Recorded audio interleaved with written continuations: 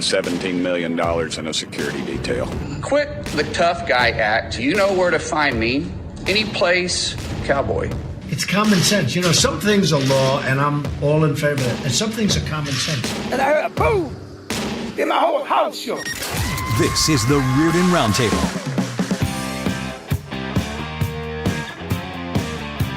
It is Friday, it is a holiday weekend, and Mark Reardon is gone. What are the odds? It's Mike Elam sitting in today. We are going to have a roundtable that is going to be, quite frankly, a little different, because I think this is the first roundtable in a long, long time that Jane Duker is not here. However, we have a great, although it's a scaled-down roundtable now.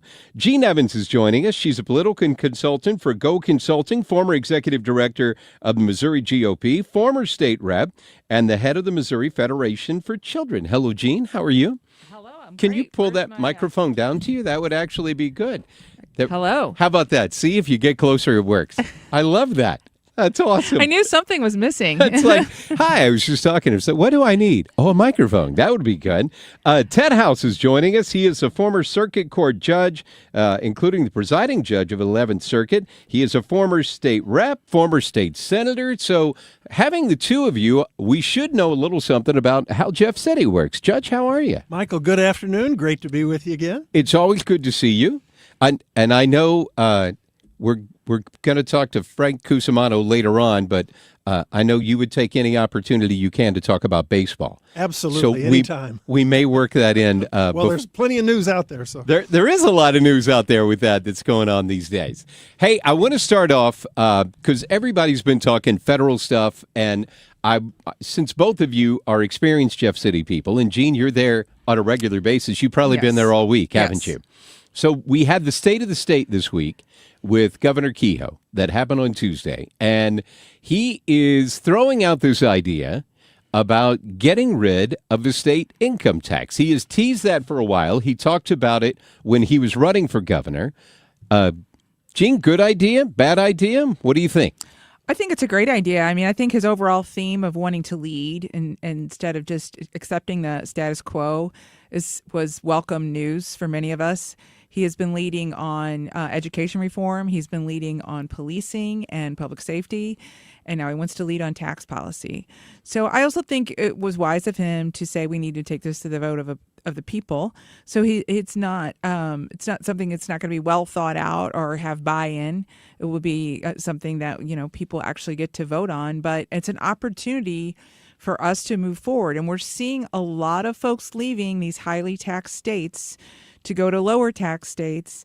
So I think it is one area where we can lead, and I really applaud his efforts to do so. Ted, we're told all the time from a Republican standpoint that the shining states are Tennessee, Florida, and Texas, and they don't have income tax. We shouldn't have income tax. And I'm sure you think that's a great idea, right? Well, Michael, this might shock you. I think it's an atrocious idea.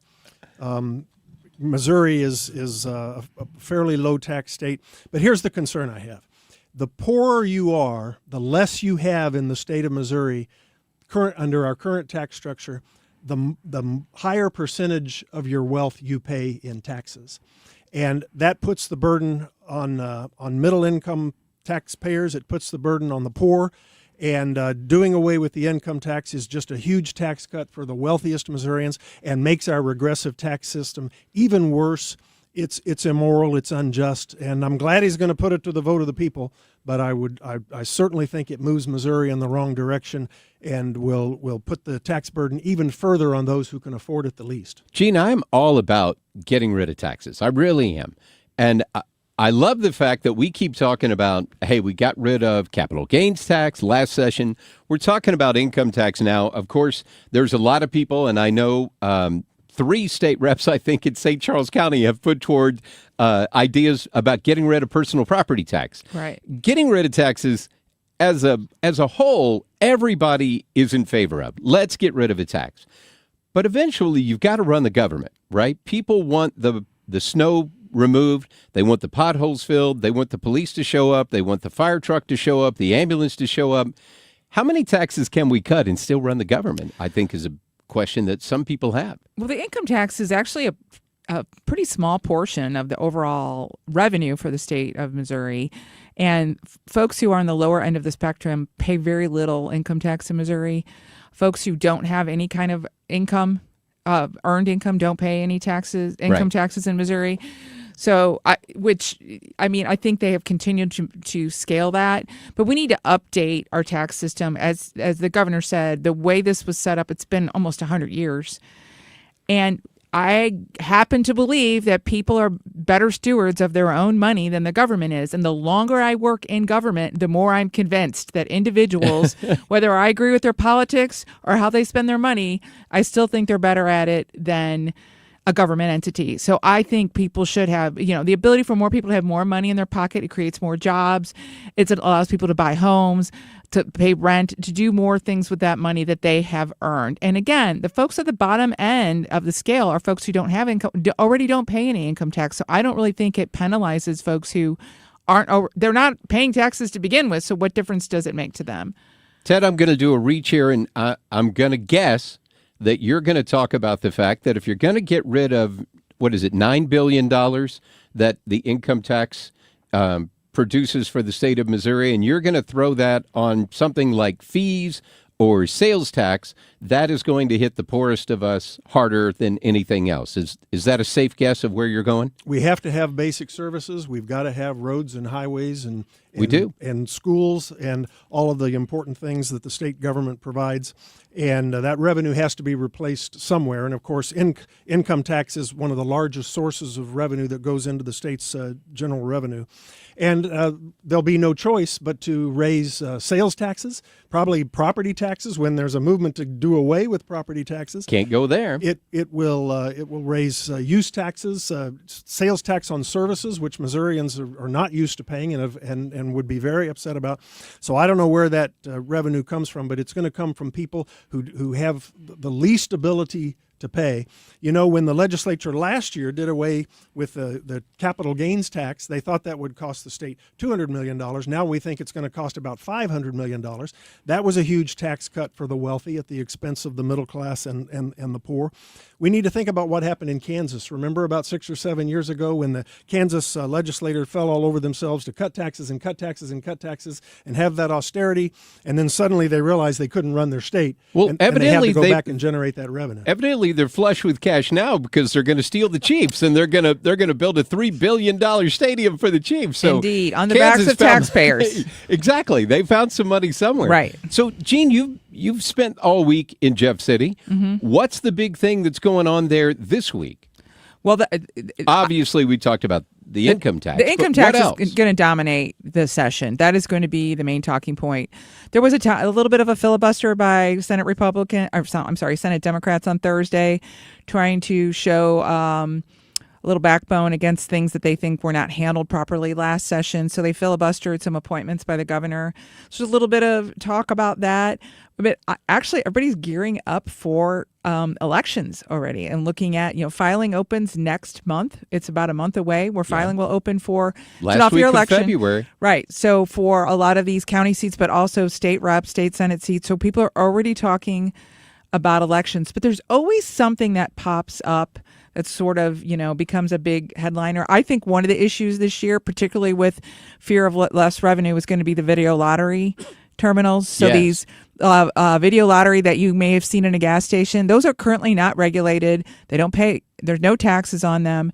And the Attorney General recently announced she's investigating those because there are some ties to organized crime. So I think the legislature's they've punted on handling this for the last several years, but I think this year they are going to come up with a legal framework so that they can bring in some of that revenue that we were talking about, but also to kind of weed out the bad actors and the criminal elements. So I think that's actually going to be a big hot topic here this year in the legislature. So, Ted, when you were in the Senate, were you in the majority or the minority then? I was in the majority party for 12 of my 14 years. Okay. So I've been in the majority and I've been in the minority, and I can tell you that the majority's better.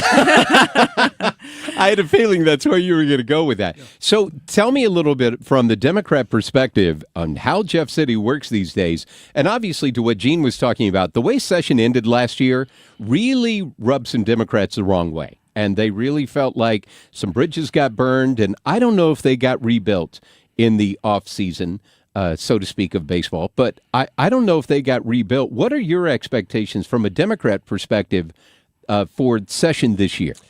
Well, Mike, if I one of the things I learned in 50 years in politics is that we need, before we argue about issues, we need to first understand and validate the fears and concerns that people have that take a different perspective than we do. That's fair. And that's an important thing to do, is to understand those who see things differently.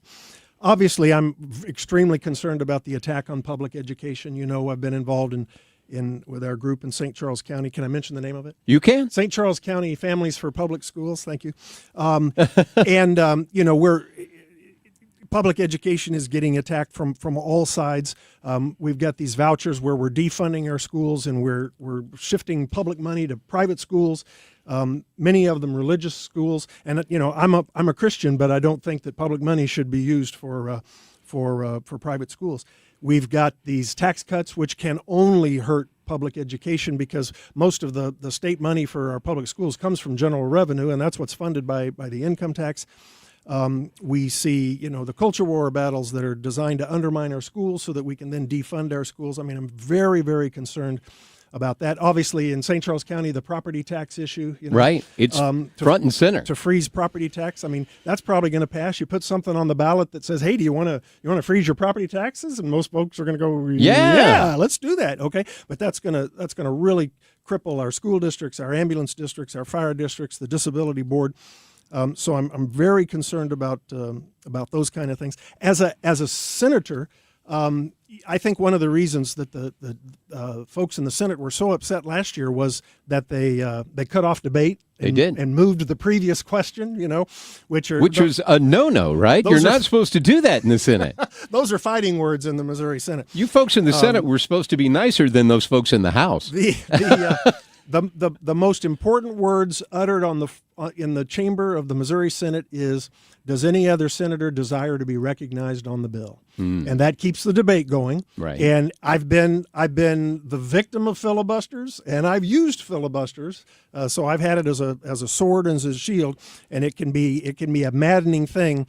But that's what makes the Senate different from the House. That's what gives senators their power to represent their districts and get things done and bring work across the aisle and build coalitions.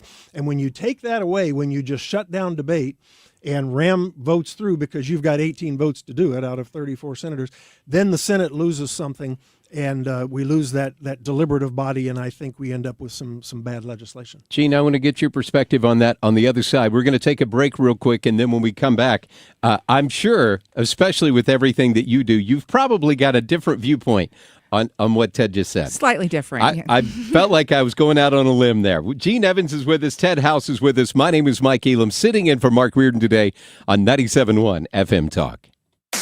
Traffic from the 97.1 FM Talk Traffic Center.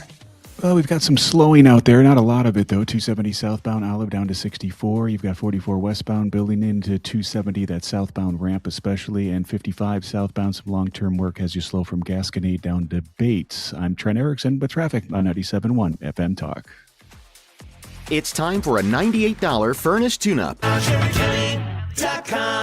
Most home projects, you're like, got this. But rewiring a hot main or putting 120 amps to an outlet, you're like, nope, not this. Smart. Calling Jerry Kelly? Smarter. Getting them to perform an electrical safety check before work's needed? That's wisdom. JerryKelly.com. St. Louis, laugh it up with Jimmy Fallon live at the Factory on January 24th. From national radio to sold-out comedy clubs, Jimmy delivers fast, fearless stand-up that hits home. The only ones raising tough kids anymore. The redneck babies are going to take on ISIS. The hipster babies are going to battle the evil forces of gluten. You know what I'm saying? Grab your friends and get ready for a night of laughs. One show, one night only. Don't miss Jimmy Fallon January 24th at the Factory. Get your tickets now at thefactorystl.com. That's thefactorystl.com.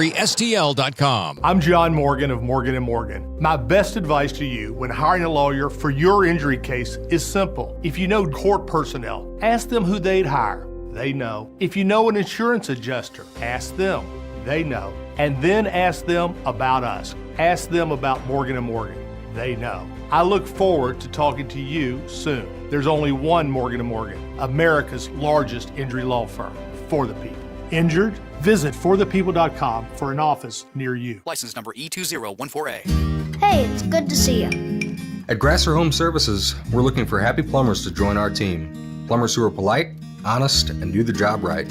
And love dogs. They must love dogs. Plumbers who treat customers' homes with respect, care about the details, and show up on time. Know a happy plumber who's great with dogs? Have them call Grasser Home Services. Green is always Grasser at GrasserHomeservices.com. It's time for you to get to know my friends at Lit Cigar Lounge in Chesterfield, where luxury meets comfort. Mark Cox here. They have a great selection of rare bourbons, whiskeys, craft cocktails, anything you like to drink, cold beer, premium hand-rolled cigars from the finest makers in the world, even private lockers that are available if you choose to. Perfect for date nights or business meetings, and live music every Friday night. Family owned and operated. Check them out in Chesterfield at the District. It's litstl.com. Mark Reardon is St. Louis conservative. It is the Reardon Roundtable on 97.1 FM Talk. Mark is out today enjoying a 3-day weekend. 4-day for him, I guess. That works out well. See, if you work the holidays correctly, you can actually work out a lot more vacation for yourself during the year. If you just play those holidays, one in front, one in back, you can turn 3 weeks worth of vacation into 6 weeks worth of vacation. So I appreciate Mark working the system and giving me the opportunity to sit in. Mike Elam, filling the chair today. We are doing a shortened version of the Roundtable, not in time, but in terms of the folks who are with us. Jane is no longer part of the Roundtable. She is now with Catherine Hanaway. She's a big fancy, is she a deputy AG? Is that her title now? I think assistant AG. Assistant AG. Maybe deputy, I'm not sure. I don't know. She's a big fancy person. Yes. And that's not just somebody who used to be on the round table.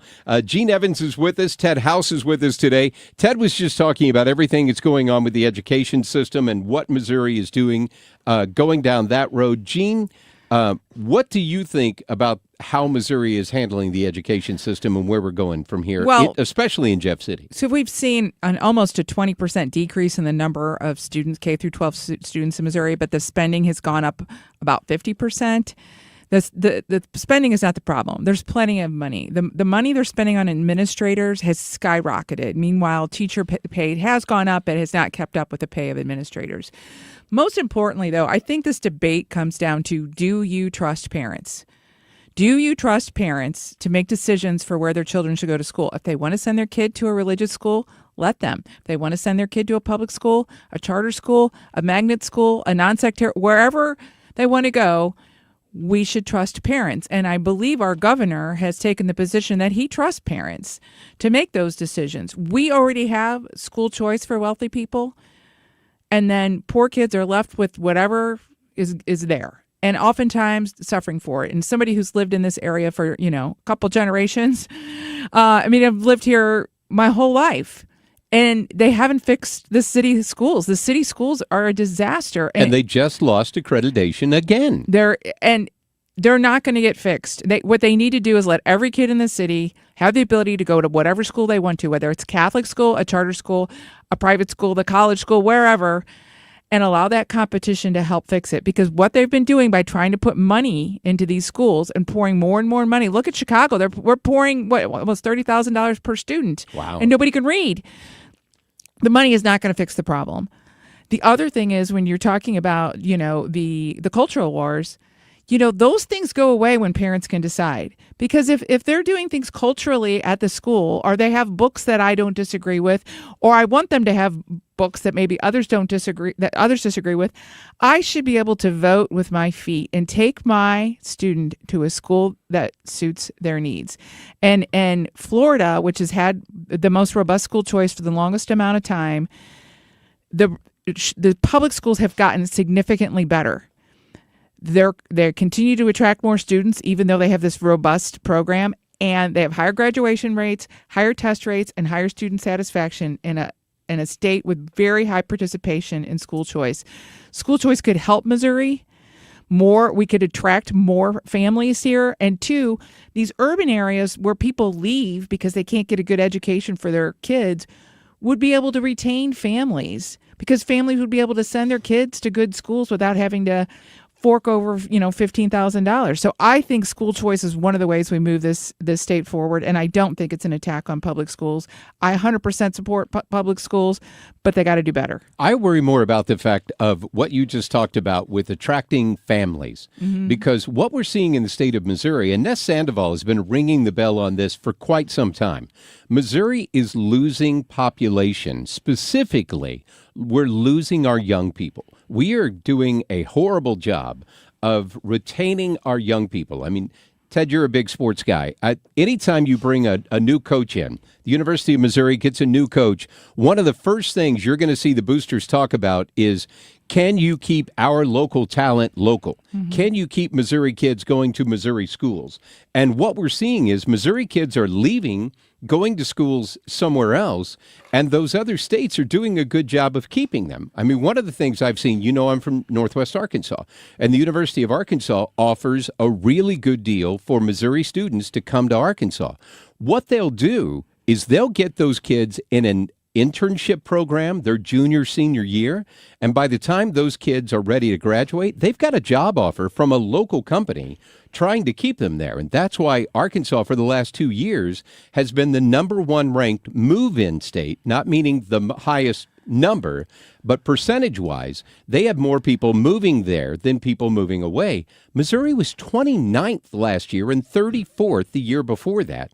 I'm worried, Ted, about how is the state of Missouri going to turn around our population loss, and we're seeing the St. Louis Metro stagnant over the last 10 years. We're not growing. That's right. One thing we need to do, Mike, is to invest more in our public schools. We are in no danger in the state of Missouri of spending too much money on public education. Our teachers are some of the lowest paid teachers in the United States. But do you not agree that it's different when you look at the metro region and the rural region? I mean, so in talking with some of our legislators after last year's session, and we moved that Missouri teachers' minimum now is going to $40,000 a year, I believe. If you're a starting teacher, that's where you're going to be. That's basically $20 an hour on a regular job, right? So nobody's getting rich being a teacher, and we all agree that teachers are very meaningful and very important long-term for us. But what I heard from my friends who live out in rural areas is you're going to bankrupt some of these rural schools because they can't afford to pay for that. It's different if you're in a St. Louis metro area, I think. I think they can be able to afford a little bit more. But where do you see the state going as a whole to be able to put together a statewide program that's going to do better from education?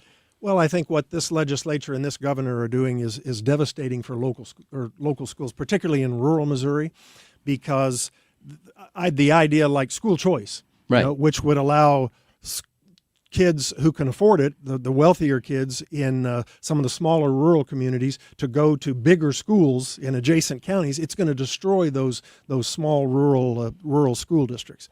And we have to retain good teachers. We're losing teachers. The most important component of any education process is the teacher in the classroom. It is. And we're losing good people because Missouri pays our teachers so poorly. And we simply have to do a better job of investing. And taking money away from public schools is not how you improve them. We're not going to make them better by starving them. But I think to Gene's point, we seem to be putting more money into administrators. Record than amounts we are of state money. Teachers. A record amount of state money was a record increase last year in terms of education. We also have one of the biggest departments of education in the country. We have over 2,000 employees at the Department of Education. Wisconsin, which is about the same size, has about 200. 2,000 in Missouri? Yes, at the Wow. Department of Education. That's a lot. We need to do we got to do a better job of letting parents make decisions. The idea that we're not spending enough money on education, I just find very alarming.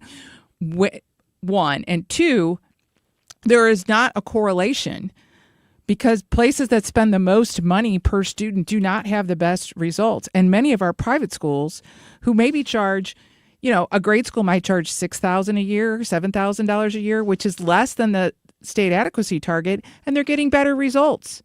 So let parents decide and create an opportunity for schools to compete for students, because right now no one is holding the city accountable. But they're not the only bad school district we have in the state. You can go all over the state and find kids who can't read. Also, Missouri, University of Missouri, our flagship, like 30% of the high schools in the state don't offer the basic classes you need in order to get into our flagship university. If you go to one of those schools, you can't get into Mizzou because they don't offer the classes you need. You have to graduate to get into.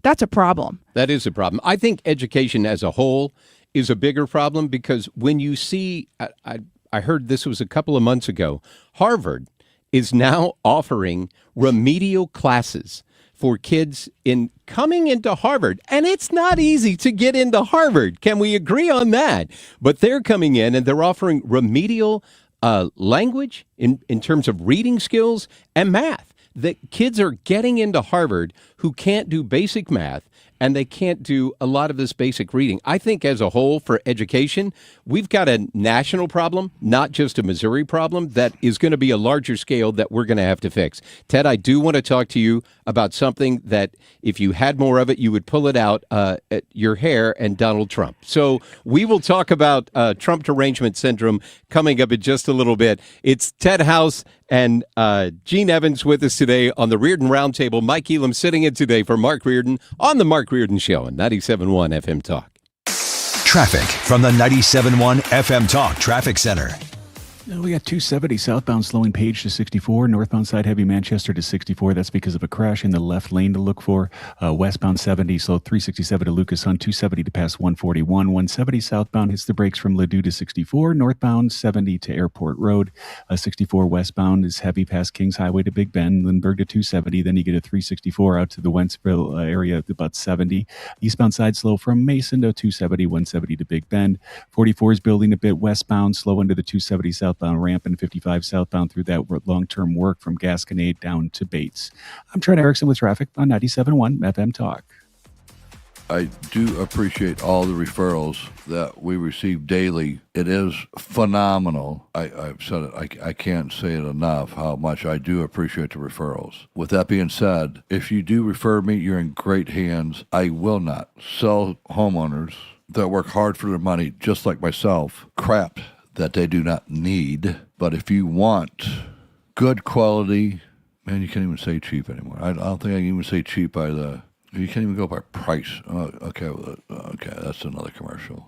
Call me, Bart Inman, one easy number, Missouri and Illinois, 314-293-2600. Remember, it's the only number, Missouri and Illinois, 314-293-2600 or bartinman.com. Now that's Bart with a B, Inman with an I.com. It's 2026. Time to get your home zero resified. 3 rooms of carpet clean starting at just $119 plus a free hallway and 15% off regularly priced services when you mention 97.1 FM Talk. It's ZeroResSTL.com. When it comes to planning your retirement, there's a lot to think about. Portfolio management, tax planning, and retirement income just to get started. Steve All and his team at the All Financial Group focus on those things and more. Their goal is to help you achieve your goals. Call 636-230-8824 or online, yourmoneymattersstl.com. Investment advisory products and services made available through Impact Partnership Wealth, LLC, IBW, a registered investment advisor. Insurance and annuities offered through Steve All, NPN number 153-07419. If you owe the IRS, you have a legal issue, and you need the Lance Drury Law Firm. We'll protect your rights. Log on at lancedrurylaw.com or call us toll-free at 888-367-6512. It's time for a $98 furnace tune-up. The time is 3:32. This time check sponsored by Jerry Kelly Heating, Air Conditioning, Electrical, and Plumbing. Your voice, your values. 97.1 FM Talk. St. Louis Conservative. It is the Reardon Roundtable in 97.1 FM Talk. Mike Elam sitting in for Mark Reardon today. We have got Gene Evans here. We have got Ted House here. We've been talking education. We've been talking about the state legislature. And I know Ted House is just dying to talk about his favorite number one subject, the guy who is on his number one Christmas card list, Donald Trump. So, Ted, I want to give you the choice. Do you want to talk Donald Trump Venezuela, Donald Trump Iran, or Donald Trump Minnesota? What's your flavor of du jour of Donald Trump today? Either one of those is fine with me, Mike. Whatever you want to choose. Let's start domestically and then go out from there. Okay. So this whole thing that's going on in Minnesota, right? So you're seeing, it's amazing how people can watch the same videos and come away with completely different takes. You see this on a regular basis, but you really see where I look at that video with the lady in the car, and she was egging on these ICE officers, begging them to take some sort of action and giving them all kinds of signals that said, I am here to obstruct you and stop you from doing your job. And when she moved her vehicle, I felt like she hit the officer. It's debatable of how much she hit him, but that doesn't really matter. You hit a federal law enforcement officer with your vehicle. He was in his right to take self-defense actions. But that has now spun up Minneapolis all over again and the great socialist country that it has become up there. Tell me where I'm wrong. It's a tragic but a fascinating example of human nature, the way people see things differently. You know? True. If you and I look ultimately, I'm going to look at this as a judge. Okay, I'm a retired judge, but from that standpoint, Mike, you know, if all you watch is Fox News, what you see is a domestic terrorist try to run over a federal agent. There you go. If all you watch is MS Now, what you see is unarmed, masked, unidentified gunmen jump out of an unmarked vehicle, aggressively approach the motorist, screaming vulgarities and trying to pull her out of the car and throw her on the street. She tries to get away and they shoot her in the face. That really is how our news sources are categorizing things today. And that's where we are right now. Okay. Here's what concerns me, though. Okay. As a judge, you know, everybody jumps to conclusions, and you know, you've got the president, and you've got Kristi Noem, and you got the governor of Minnesota, and you know, everybody's already passed judgment and jumped to conclusions about what actually happened. I'm trained, and I believe that we should wait for the proper investigation. I'm interested in making a decision based on the facts, based on the admissible evidence in the courtroom. Let a jury decide if that is if the killing was justifiable, and I trust that process to work out. We've basically lost the executive office in this country is off the rails. Congress has been neutered, but I still have faith in the judiciary.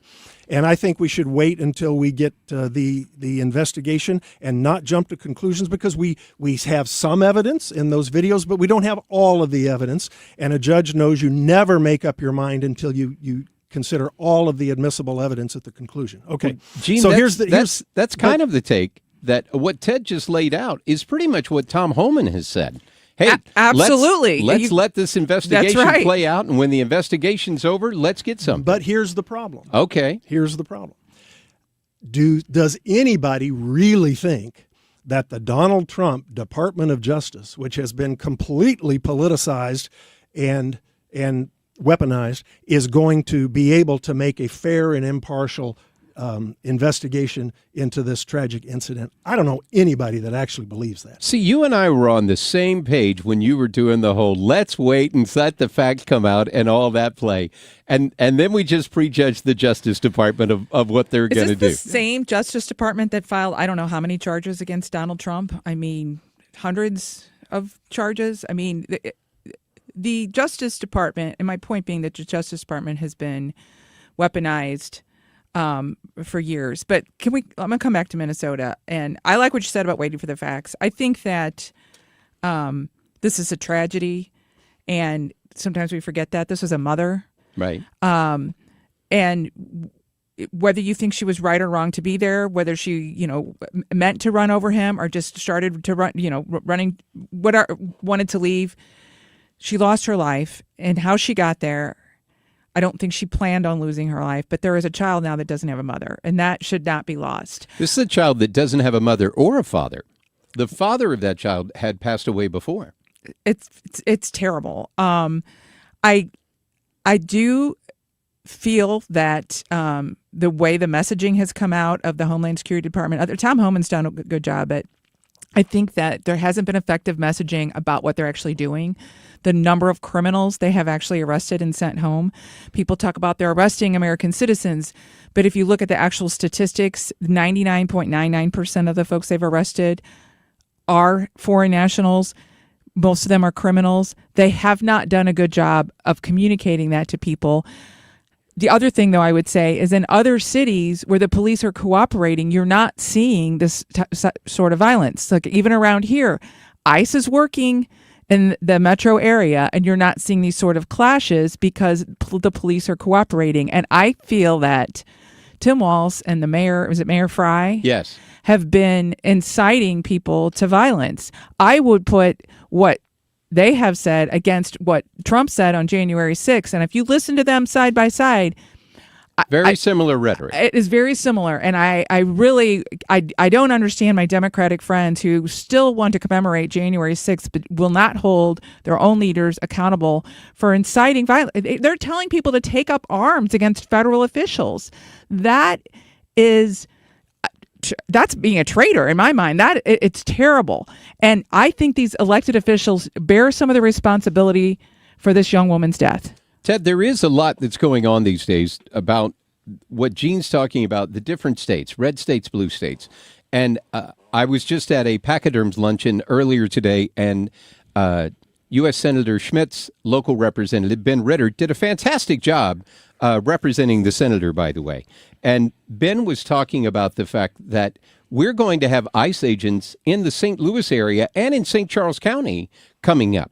And you're not going to see any of this that's going on in St. Charles. It's going on in a lot of the St. Louis region. You're not going to see any of this play out. But when they go into Chicago, Minneapolis, San Francisco, Los Angeles, it feels like those local officials are using this as an opportunity to turn it into a political firestorm and not allow the ICE agents to arrest, as Trump would say, the worst of the worst. I have not heard any responsible elected Democrat incite anybody to violence or call for anybody to attack. Now, you just said responsible Democrat. Well, so does that mean Jasmine Crockett, Maxine Waters, those people are not responsible Democrats, of Minnesota, right? The mayor. I haven't heard that.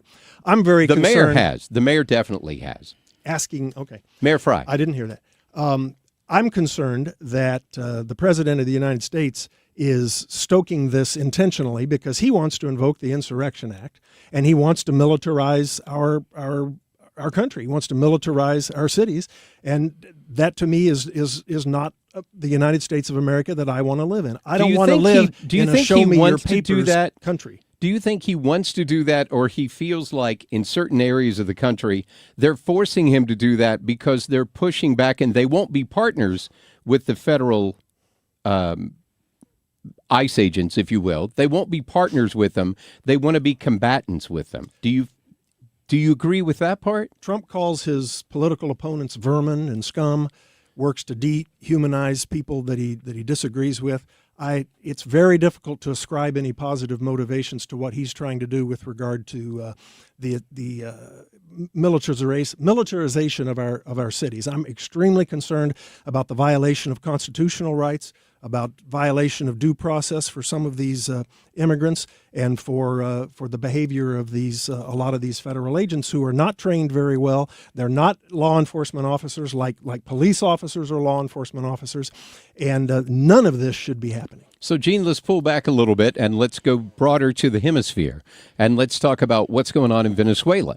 And I think a lot of conservatives misread or misinterpreted, rather, what Donald Trump was saying after they went in and removed the dictator, and he said, we're going to run Venezuela. And they thought he was going to put somebody in charge, an American official, to go down there and run the country.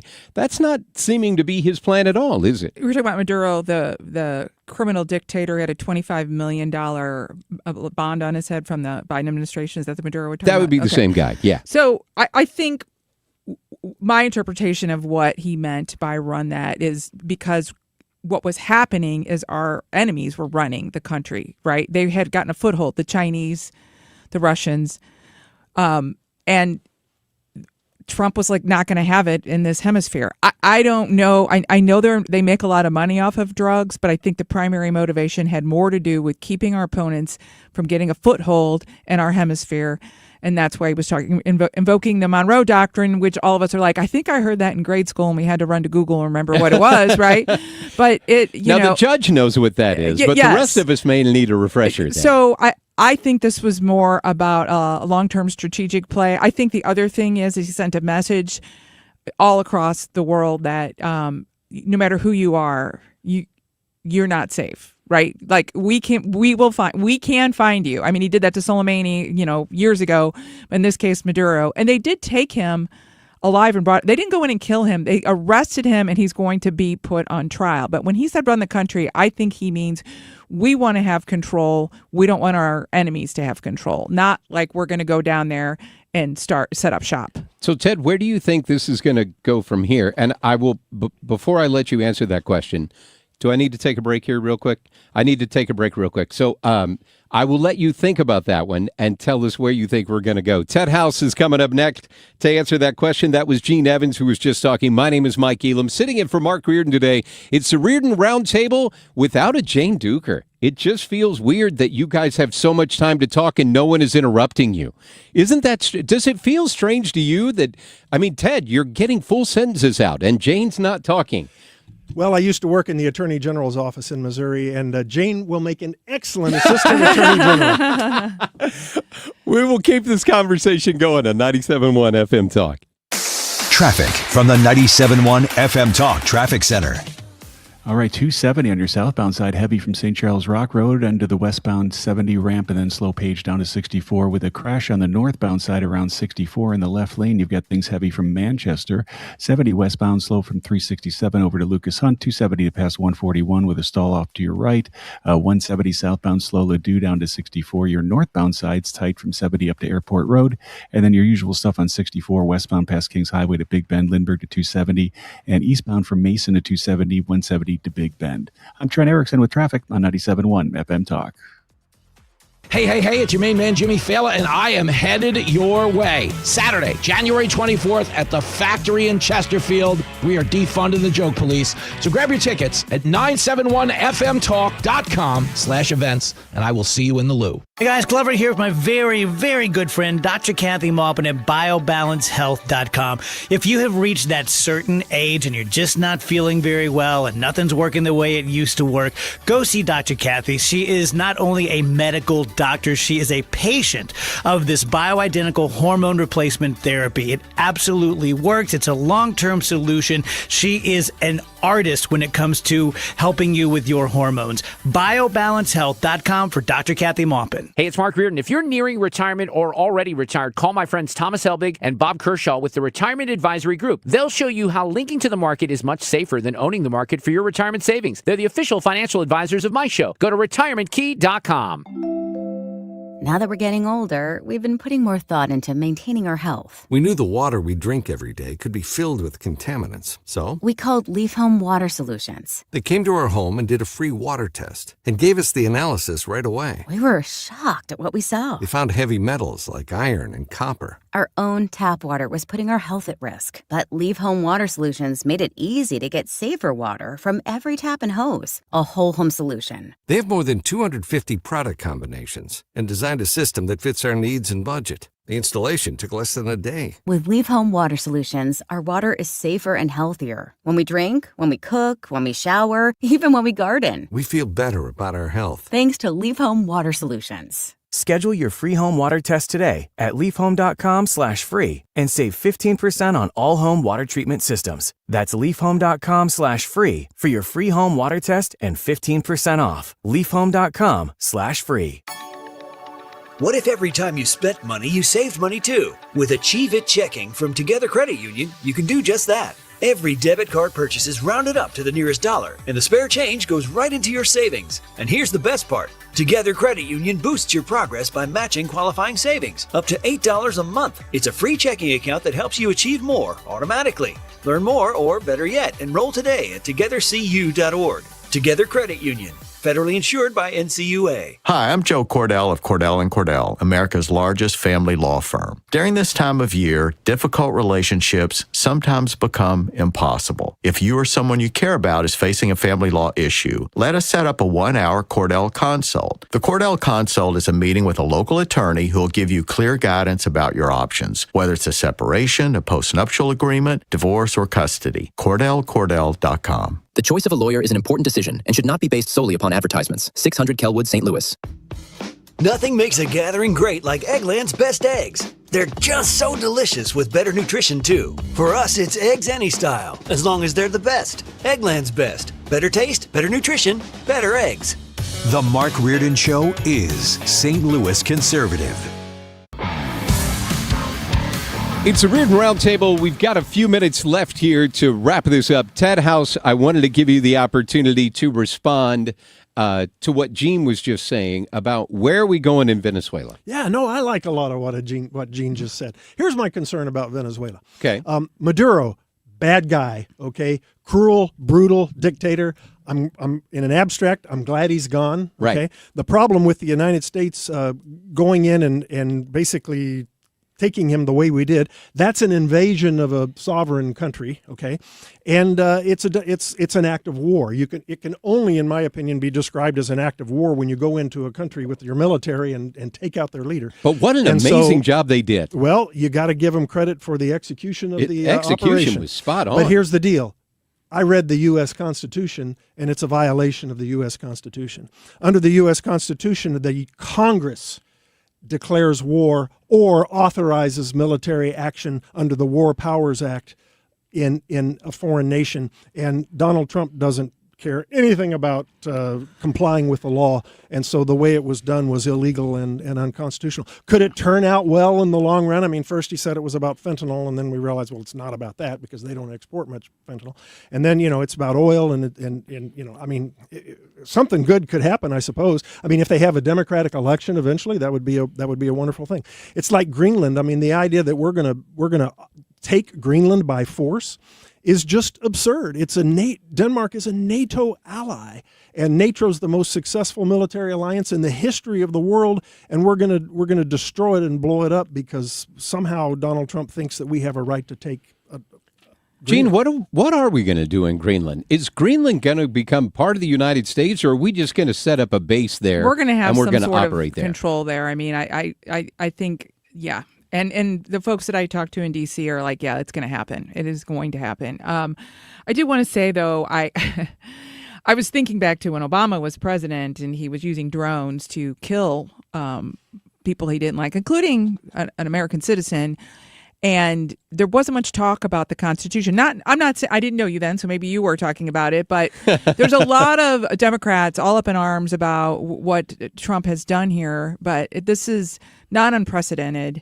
It's been going on for decades by our leaders. The Congress has ceded quite a bit of control to the executive branch. And there is some debate about whether an action like a strike is constitutional, or and is it just declaring war that has to be done by Congress? So I just wanted to point that out. I'm sure my Democrat friends, and again, neither of us speak for every member of our party, for sure. That's for sure. Yeah. But just I can name a lot of Democrats that don't. If you watch a side-by-side of Democrats accusing Trump of buddying up with Maduro, and then the next one they're complaining about how he did this unlawfully, I don't get it. Here's the difference. Yes, Barack Obama killed a lot of really bad people in the Middle East. That action was authorized by the U.S. Congress. He was operating under the congressional authorization from the Bush administration that was still in effect. We don't have that. All I'm saying is let the elected representatives of the people determine when we go to war and have these types of military actions. Our record of nation building in the last several decades for the United States is not very good, and I'm very concerned about. I agree with that. Nation building is one of those things that really works well on paper, and it never works well. It worked really well after World War II, right? Well, in Germany, you had an awful lot of people who worked together to the do world that. After right, World War II. We did, but we can't do that. There's an awful lot of people that would tell you the fallout for that took about 60 years to fall and get cleaned up. Hey, you have an event that is coming up. It's going to be in St. Charles County, Ted, at Lindenwood University. Yes, at the end of the month, the 30th and 31st. I think those are the dates. I put the link on my Twitter at MoJeanEvans. So that's at MoJeanEvans. And this is actually a bipartisan session for women who want to get more involved in politics. It's called Rise and Run. And it's mostly Democrats, but there are going to be a couple of us. I think Wendy Hausman is participating, as am I. There's a good one. Presenting on Saturday morning with my dear friend Tracy McCreary, who is from the other side of the aisle. State senator. Encouraging women to get involved, even if you don't want to run. If you just want to know more about the process, or if you have a friend that's going to run, or you want to learn how to advocate for issues you care about, this would be a great event. So check it out on my Twitter. That sounds like a wonderful event in St. Charles County. I used to teach at Lindenwood, and they do a great job of hosting those types of events. And I wish you well with that, Gene. Well, thank you. That's tremendous. You know, I would tell you, just since you brought it up, Lindenwood University and St. Charles Community College. I would tell you, Dr. Porter at Lindenwood University and Dr. Cavalier at St. Charles Community College. We are blessed in St. Charles County, and I know everybody gives me grief because I'm an unapologetic St. Charles County cheerleader, but I think that's part of my job, right? I should be. I should be proud of where we are, but we are very lucky. Lindenwood is the second oldest university west of the Mississippi, second only to SLU, and Dr. Porter is doing some really creative things there with Lindenwood and how they're expanding. And Dr. Cavalier just opened up a third campus of St. Charles Community College out in Wentzville that is really filling the gap on trades. And they're putting together some great stuff there. But she also just did virtual reality learning where you can do a biology class with VR headphones or eyewear on. It's amazing. It's with a partnership with Dreamscape that they put together, and they're doing amazing stuff, and it's the only community college in the nation to have that. Ted, you have big plans for Martin Luther King Day? Well, you know what? I used to actually coordinate the Martin Luther King Community Worship Service in St. Charles. I've since graduated from that, but I look forward to celebrating the holiday. I'm a big Martin Luther King Jr. fan. His impact on our nation is so positive and so wonderful. He reads the Bible the way I read the Bible, and I'm always proud to stand up and celebrate that holiday. Gene, I would love to know what you're doing, but I'm out of time. So Gene Evans, Ted House, thank you so much for being on the Reardon Roundtable. We're back after this. Traffic from the 97.1 FM Talk Traffic Center. All right, 170 southbound is slow going Olive down to 64, getting heavy as a matter of fact. Northbound side from 70 up to Airport Road, 270 southbound heavy from St. Charles Rock Road onto the westbound 70 ramp. Then you're kind of slow from Page down to 64. Northbound side from Manchester to 64, a little slow because of an earlier crash. 70 westbound slow, 367 over to Lucas on 5th to Zumble. We've got 64 westbound jammed up from Kings Highway over to Clayton with a crash in the left lane. Then you're slow from Lindbergh to 270, 364 out to 70. Eastbound side slows its own about Mason to 70, 170 to Big Bend, and 55 southbound. That long-term work's got you jammed up from Gasconade down to about Bates. I'm Trent Erickson with traffic on 97.1 FM Talk.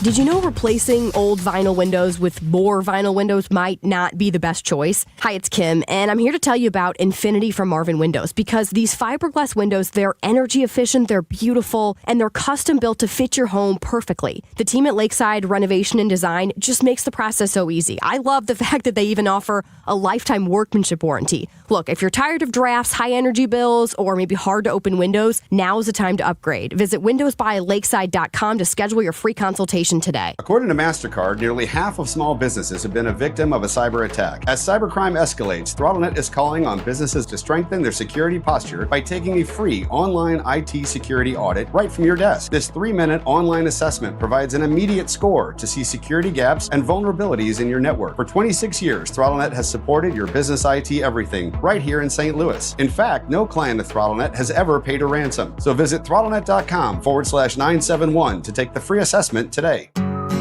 When it comes to affordable term life insurance, everyone's whistling the Big Lou tune.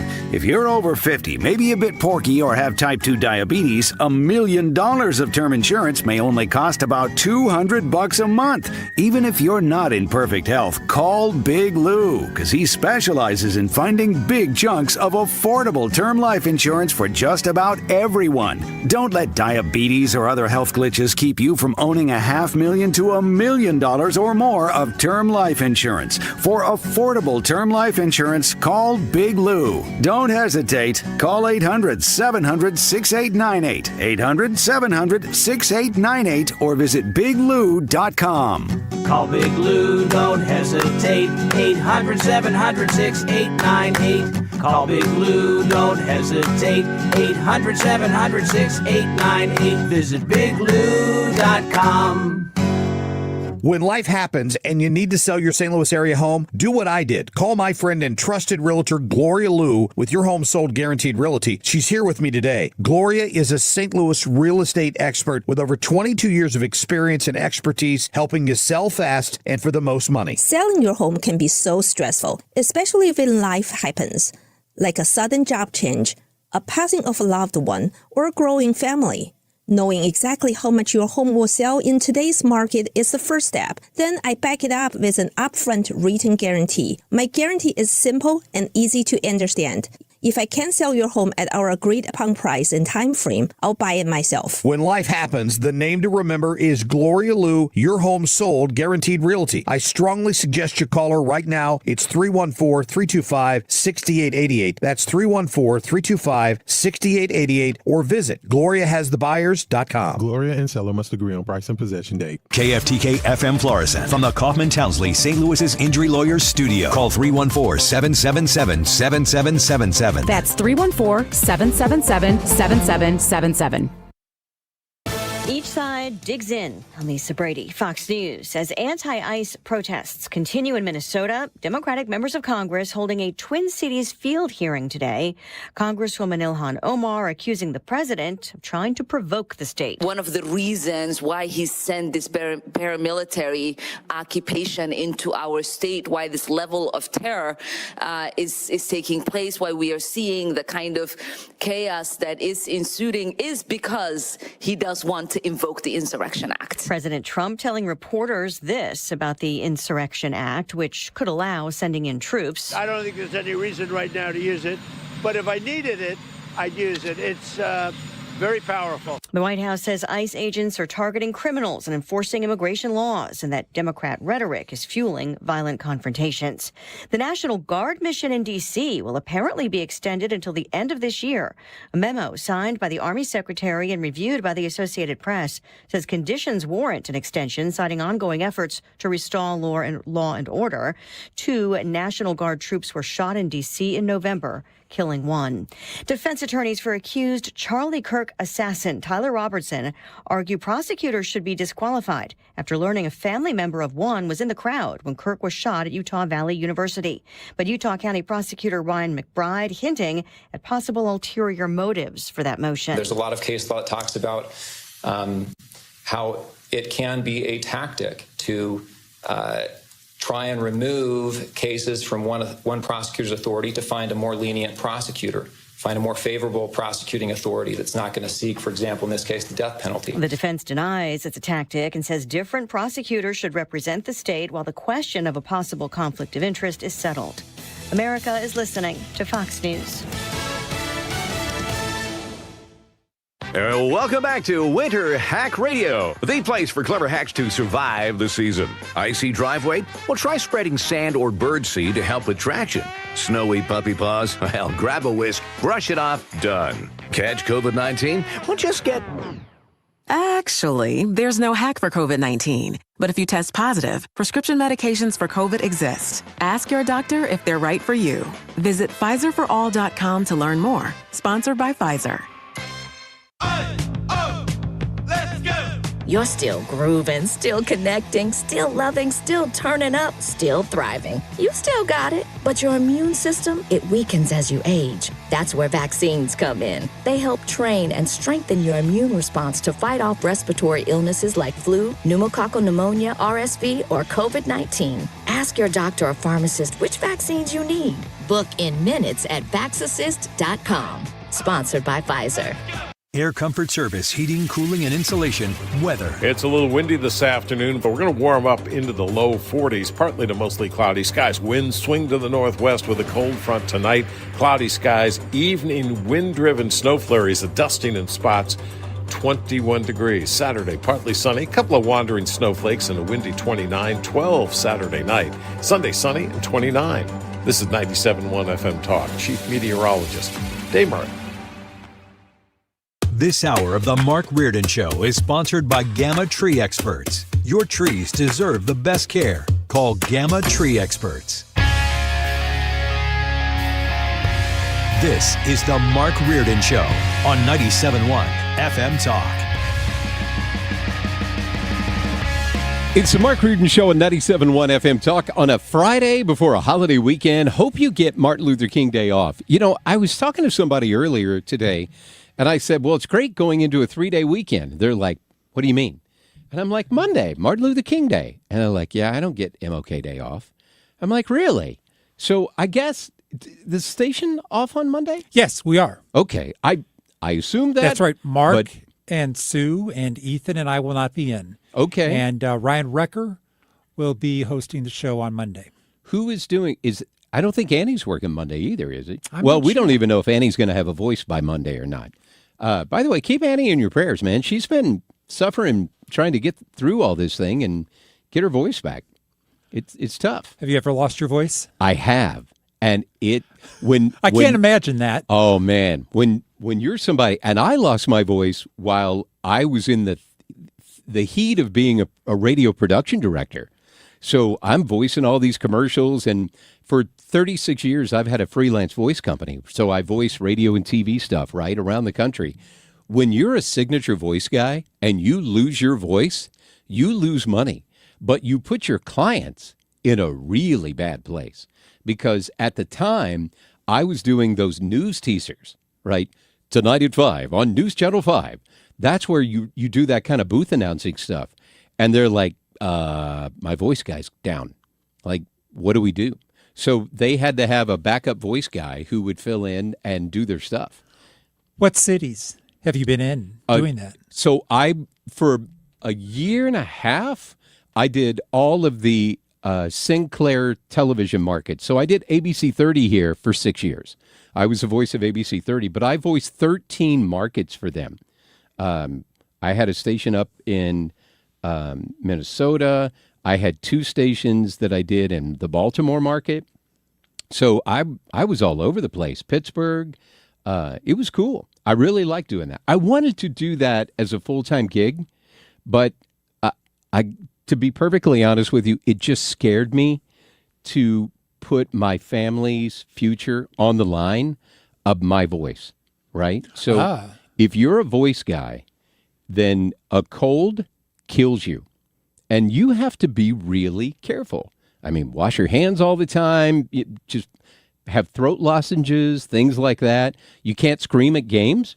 And when my boys were younger and they were playing youth sports, you want to yell, right? You want to yell for your kids at the game. You can't yell. If you do that, you strain your voice, man, you lose money. So politics is much safer? Well, it's safer from that standpoint. I will tell you, politics these days, you never know what's going to happen. And the amazing thing to me, not about any positions or anything, is how the general public treats elected officials these days. And I've never seen it. Over the last, so this is my 13th year that I've been on the county council. April 8th will be 13 years. In St. Charles. In St. Charles. I just got reelected Monday night to be the chairman of the council for the next year. Thank you. Or condolences, however you want to look at it, right? So I got to be chairman last year. I'm chairman again this year. And it's not so much at my meetings, but just what I've seen over the last 10 years. there is no decorum anymore in public meetings.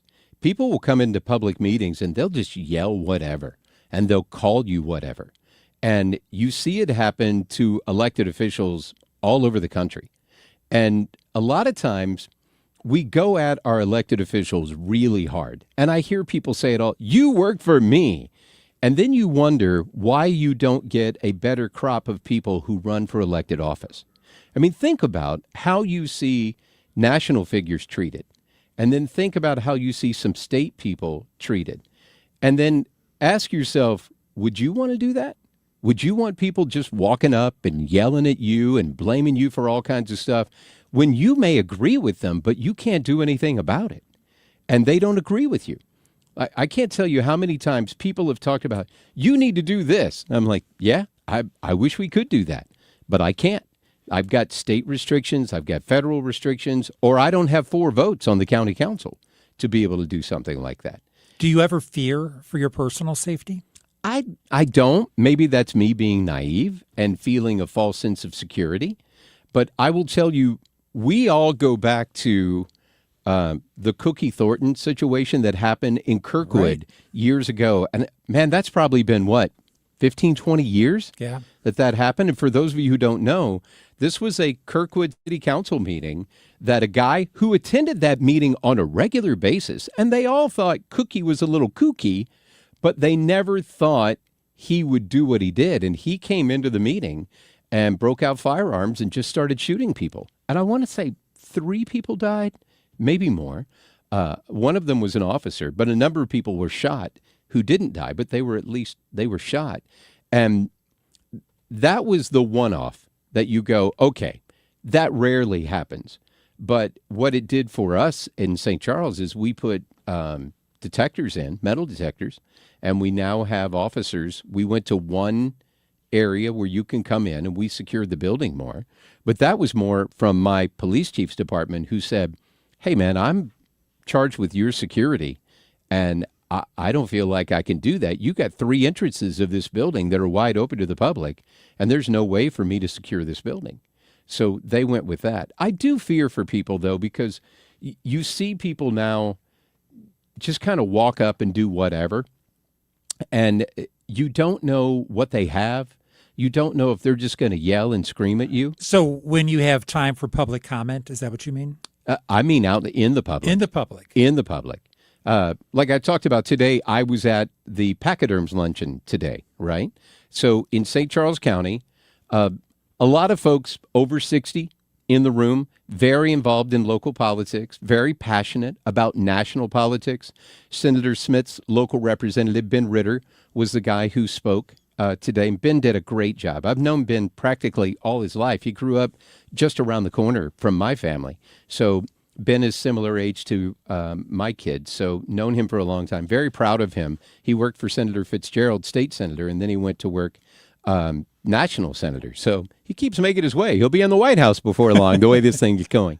But these folks, they get very passionate about what they say and how they feel. And I don't want to stop that. I want you to be passionate about politics. I want you to be passionate about your country, and I want you to be passionate about what your elected officials should do and how elected officials should be accountable to their electorate, right? You should be able to be reachable. That's why I'm in 4 chambers of commerce, and I go to the monthly luncheons every month, and I talk to people on a regular basis. I like that because I get to hear from you, what do you think? What's going on? And that's how I learn about a lot of issues locally that I may not otherwise get on my radar. But it is scary sometimes when you see people get very heated and very worked up, and you don't know them, and you don't know what they're going to do, because you see these issues where like in that public meeting, somebody got shot. So didn't mean to go off on that rant. No, I invited it. I appreciate you asking the question. Hey, Sue is not here today, so we don't have Sue's news. But on the other side of this break, we are going to have Hall of Famer Fred Bottomer doing Fred's News. That's coming up next. It's the Mark Reardon Show. Mike Elam sitting in for Mark today on 97.1 FM Talk. Traffic from the 97.1 FM Talk Traffic Center. And things are pretty slow on 270 southbound. You get a St. Charles Rock Road to the westbound 70 ramp, and then slow page to 64 northbound side from Manchester to 64 is a little heavy. That's got a crash from earlier that's cleared. 170 southbound slow from Olive down to 64. Your northbound side hits the brakes around 70 up to Airport Road, and 64 westbound jam before Kings Highway to Clayton. Crash in the left lane, then slow from Lindbergh to 270, and the eastbound side from Mesa to 270, 170 to Big Bend. This report is sponsored by Overhead Door Company of St. Louis. Need a new garage door? Entries are now open for the $5,000 sweepstakes at Overhead Door Company of St. Louis. Enter now at overheaddoorstlouis.com. Deadline to enter this is the end of the month. You can't win if you don't enter at overheaddoorstllouis.com. I'm Trent Erickson with traffic on 97.1 FM Talk. If you're considering an annuity as part of your retirement plan, we need to talk. Hi, I'm Bob Stockdale, Senior Vice President Investments with the ClearPath Wealth Management Group at Stifel and host of On the Money, Saturday mornings at 11 on 97.1 FM Talk. Annuities can be a useful tool for some retirement investors, but not all annuities are created equal. Every week, we meet clients who own complex annuities that don't suit their needs and, in some cases, actively undermine their retirement plan. Before you purchase an annuity, get a second opinion from the ClearPath Wealth Management Group at Stifel. Requesting a consultation is free of charge. To request a free consultation, contact us at clearpathinvesting.com. That's clearpathinvesting.com, or call us at 636-695-2650. That's clearpathinvesting.com or 636-695-2650. Stifel Nicholas and Company Incorporated, member NYSE and SIPC. This is Tom Ackerman for Ophthalmology Associates. You know, the doctors, or just the best doctors to see for your best vision in St. Louis. 314-966-5000, the doctors. They've treated more than 250 doctors. That's more than any other practice. Dr. Greg Birdie, Dr. Ranjan Malhotra, Dr. Robert Bersati, Dr. Andy Royer. 314-966-5000 is their phone number. 314-966-5000. Dr. Birdie, Dr. Malhotra are cornea surgeons and experts in diagnosis and treatment of diseases of the eye, dry eye, allergy eye, cataracts, macular degeneration, glaucoma, LASIK surgery.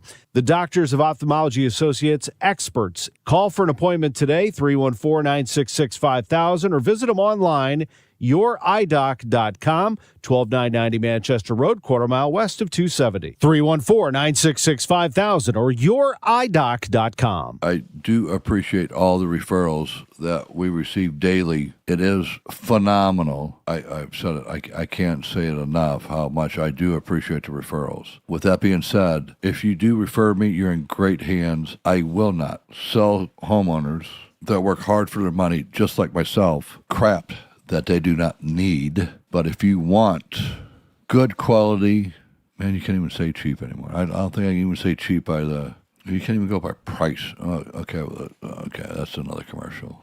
Call me, Bart Inman, one easy number, Missouri and Illinois, 314-293-2600. Remember, it's the only number, Missouri and Illinois, 314-293-2600 or bartinman.com. Now that's Bart with a B, Inman with an I.com. Hey, it's your radio buddy Jimmy Fallon, and dig this, I am coming to the loo. Call now to see Jimmy Fallon. 314-241-9797. That's 314-241-9797 to see Jimmy Fallon at the factory on January 24th. Be the 9th caller now. What's up? It's Draymond Green. I'm back for my 14th NBA season, and my podcast, The Draymond Green Show, is back too. This season, I'm breaking down games, reacting to the biggest NBA stories, and sitting down with teammates, rivals, and culture shapers. And trust me, I'm not holding back, on the court or on the mic. 2 new episodes every week, new segments, big conversations, real basketball talk for the real hoop heads. Listen to and follow The Draymond Green Show wherever you get your podcasts. We're back, we're better, let's get it. Mark Reardon, Sue Thomas. This is The Mark Reardon Show. These allegations are deeply concerning. Does the president have any comment? We're not going to comment. It's not clear messaging. No. And now, Fred's News. Brought to you by Fred. Who did that? I don't know. I didn't know that was awesome. coming. That's great. I love that. Was that you? Did you do that?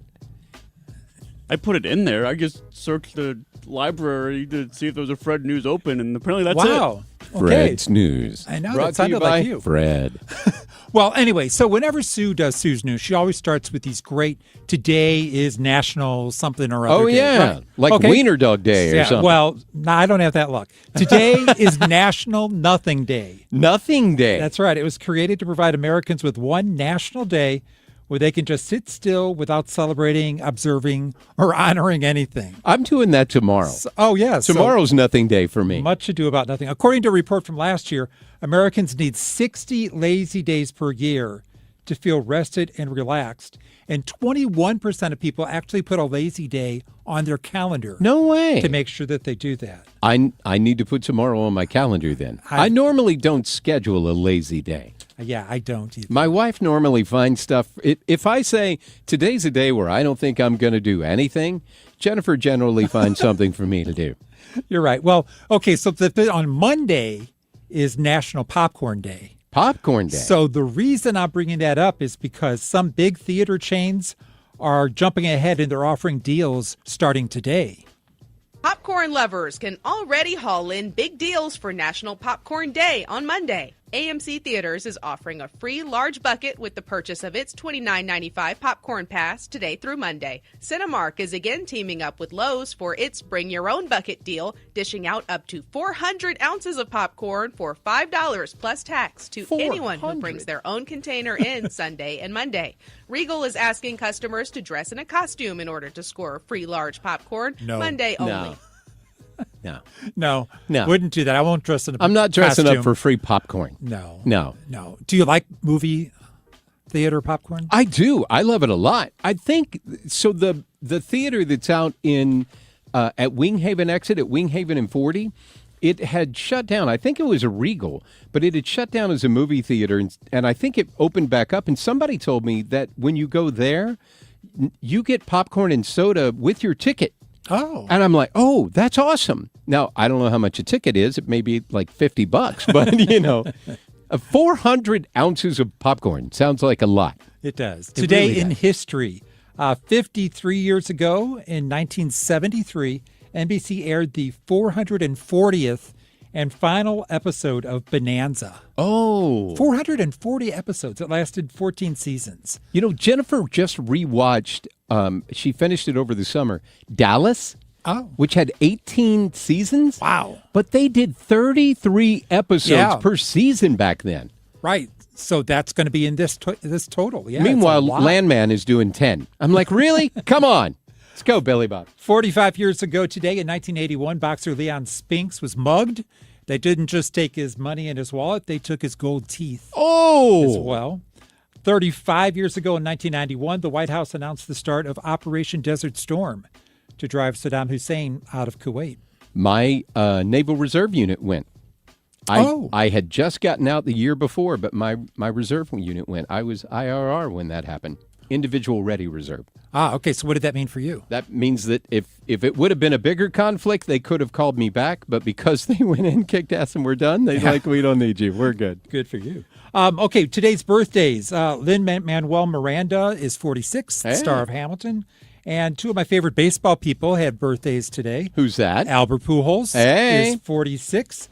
And Dizzy Dean would have been 115 today. 115? 115. Steve Ellman was just talking about the other day, Dizzy Dean was stealing second, and he got nailed in the head with a baseball. And the headline said, Dean's x-rays, nothing. X-rays of Dean's head show nothing. Show nothing. I love that. I know. That's a great That is headline. a great That's a great headline. Scientists expect the crowd at Saturday's NFL playoff game between the Seattle Seahawks and the San Francisco 49ers to generate so much energy that they've installed earthquake measuring equipment in Seattle's Lumen Field. The inspiration? Oh, my word! Seahawks running back Marshawn Lynch's 67-yard touchdown in the 2011 playoffs. The Beast is alive and well! It became known as Beastquake after raucous fans triggered seismic equipment. That one was kind of serendipity that we discovered that there was a seismic signal when that happened on one of our regular stations that was across the street, actually. Pacific Northwest Seismic Network Director Harold Tobin. He says they've set up 6 seismometers around the stadium for fun and for educational purposes. They'll be sharing the results online. Heather Bosch for CBS News, Seattle. Now get this. In Philadelphia, a Philadelphia woman is still trying to find her car after she drove to the Eagles game last Sunday. Jackie Martin admits she parked illegally on 7th Street, along with many other people going to the playoff game. Come out of the game, and my car's not there. She figured it had been towed, but no impound lot had it. The next day, police told her it had been courtesy towed to another street, but no city agency had a record of where. And I have to go find it. Her mother and then a police officer drove her around to look for the car, but no luck. Martin has also filed a stolen car report. It is a nightmare. It's crazy because nothing makes sense. Michael Wallace, CBS News. That's a new term for me. Courtesy tow. Yeah, courtesy tow. It has been courtesy towed to another street. I know. I've never heard of that either. But can you imagine? Where it was courtesy stolen. I'm sure it was. You think it was stolen? I kind of think it was stolen. I kind of think if it was, they can't too. Find it. We took it to a street where we thought it would be stolen, and that was our courtesy for you. Can you imagine riding with a police officer just looking for your car? Click, click, click, click, click, click, looking for my car. Let's keep talking football. Tom Brady is sharing one of the most unexpected family decisions he said he ever had to make. The football legend revealed that he had his family dog cloned. What? And walked fans through what the process was actually like. Brady says it was emotional, surreal, and way more high-tech than people realize. And while some fans are calling it wild, Brady says it helped keep a piece of their beloved pet close to home. One of my really good friends, I invested in a company called Colossal, and they were talking about bringing back animals from extinction. Sure.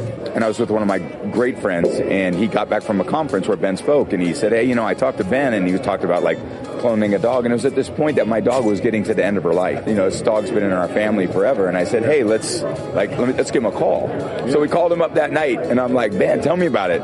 And he was like, hey, it'd be pretty easy. We just draw a little blood, and that's all we need. And I'm like, this is insane. 4 months later, my little baby Junie was born. I wonder if the dog has any issues. Well, so I know this is a horrible comparison, but the Santa Claus, right? They had that, was Santa Claus 3, where they cloned, Santa Claus 2, I think. They cloned him so they would have a Santa to be there, but this Santa had defects that they didn't think about. Huh. So I wonder if a dog's going to have any peculiarities because it's a clone. I wasn't going there. I'm sorry. I didn't even think. I was just going to ask, would you do that with your pet? I don't think so. All of my dogs, I've loved them all, and they've lived long lives. We've been very blessed like that. But I kind of like the new dog. And the new, getting every dog is a little different, and I kind of like that. Let's keep talking sports here. FIFA says it has received more than 500 million ticket requests for this year's World Cup. Wow. This is absolutely unbelievable. FIFA President Gianni Infantino says they received ticket requests from 211 countries. This shows definitely that the World Cup, which is coming up, will be the greatest sporting and social event in the history of mankind. FIFA will notify people about their ticket applications next month. The matches will be played in 16 cities in the U.S., Canada, and Mexico beginning June 11th. Michael Wallace, CBS News. Did you say 500 million? 500 million. How do you narrow that down? Well, there's going to be a lot of games in a lot of different stadiums all across the world. All across North America, I guess is right. 500 million. Canada, Mexico. Yeah, you're right. It's a lot. I went to the World Cup in 1994 in Chicago. Okay. I saw Greece versus Bulgaria. Forgive me, I don't remember who won. And it cost $65 a ticket in 1994. Was it just the pageantry of the whole thing? Yeah, it was Soldier Field filled to the top with all sorts of Greek fans, Bulgarian fans, American, with soccer no fans. relation to either team, just there. And it was just great to be there for the pageantry and to watch the sport. I know a lot of people are excited about it, and I'm curious to see what it's going to be like. Yeah, me too. I can't wait. Yeah. Where's the closest it'll be? Kansas City? Kansas City, I think. I think so. Yeah. All right. This is kind of gross, but a viral video caught a couple planting their own hair in their food at a restaurant in Texas. What? The video shows a woman pulling out strands of her hair at Fajita Mexican Grill in Stafford, southwest of Houston. The man she was with put the hairs in his food, then complained about them. The restaurant comped their meal, but later the owner's daughter, Laisha Ramirez, checked the surveillance video and posted it online. I didn't want them to get away with going to another restaurant, doing the same thing, or if they've done the same thing in the past, we don't want them to continue hurting these small restaurants. Instead of pressing charges, Ramirez opted for social media karma. Michael Wallace, CBS News. It reminds me of that commercial where the guy is stealing the cotton candy from the kid. Oh, yeah. Yeah, you're hey, right. I saved on my screen. car Yeah, that's insurance, right. but I should have checked the monitor. One more before we get away. A Florida deputy has captured a runaway bird. I'll be honest with you, I've never handcuffed an emu before. A St. Johns County officer had body cam rolling after he spotted the big flightless bird on the side of the road after it escaped from a home near St. Augustine. He pulled over and followed the emu into the woods. Oh, look who's got you now. Hey, don't bite me. The deputy captured the bird with a makeshift rope lasso and handcuffed its skinny ankles. Secured. Look at that. I have a full set of cuffs on this emu. Yeah, say hello. You ain't going nowhere now. He returned it to its owners. The department posted the escapade to Facebook. Deborah Rodriguez, CBS News. All I could think of these days is Limu the emu. I in the was just commercial. thinking. That's all I can think about. I wonder if the emu was looking for Doug. And finally, in Sue's news, our random fact for the day, Hawaii has banned virtually all billboards since 1927. What? Yep. So no outdoor for Hawaii. We're going to enjoy the scenery. Paul Hall is coming up next. We'll tell you what you can watch this weekend. I'm Dan Loney with Your Money Now. Sentiment among America's home builders sank again during January and has been negative now for 21 straight months. The report by the National Association of Home Builders saw concerns in affordability, which is pushing potential buyers to the sidelines. Rising costs tied to construction are an issue as well. Japan's Mitsubishi Corporation is going to acquire shale gas assets on Aethon Energy Management. The deal is valued at $7.53 billion and includes assets in Texas and Louisiana. Boeing has a new labor deal with workers at a fuselage company, Spirit Aerosystems. Some 1,600 white-collar workers are under the agreement, which will go to a full vote and has the approval of the negotiating team. Wall Street stocks were lower. Dow Industrial averaged down 83 points at 49,359. The Nasdaq was up by 14 points, and the S&P 500 fell 4. That's Your Money Now. Finding great candidates to hire can be like, well, trying to find a needle in a haystack. Sure, you can post your job to some job board, but then all you can do is hope the right person comes along. Which is why you should try ZipRecruiter for free at ZipRecruiter.com/free. ZipRecruiter doesn't depend on candidates finding you. It finds them for you. Its powerful technology identifies people with the right experience and actively invites them to apply to your job. You get qualified candidates fast. So while other companies might deliver a lot of hay, ZipRecruiter finds you what you're looking for. The needle in the haystack. See why 4 out of 5 employers who post a job on ZipRecruiter get a quality candidate within the first day. ZipRecruiter, the smartest way to hire. And right now, you can try ZipRecruiter for free. That's right, free at ZipRecruiter.com/free. That's ZipRecruiter.com/free. ZipRecruiter.com/free. ZipRecruiter. The time is 4:31, and this time check sponsored by Jerry Kelly, Heating, Air Conditioning, Electrical, and Plumbing. It's time for a $98 furnace tune-up. Let me tell you one of the reasons I think we became the largest injury firm in the world, and it's not even close. I'm John Morgan of Morgan & Morgan. My wife and I had a plan early on. In our firm, our lawyers only work on certain types of cases. Our products liability and dangerous drug lawyers only work on those cases. Same for car crashes, workers' compensation, medical malpractice, and insurance disputes. Our thinking is for these lawyers to focus on one area of the law and live it and breathe it. Power comes from knowledge. Many lawyers do everything, jack of all trades. Not us, and we don't charge an hourly rate. You only pay us if we win. If you want to hire us, it's easy.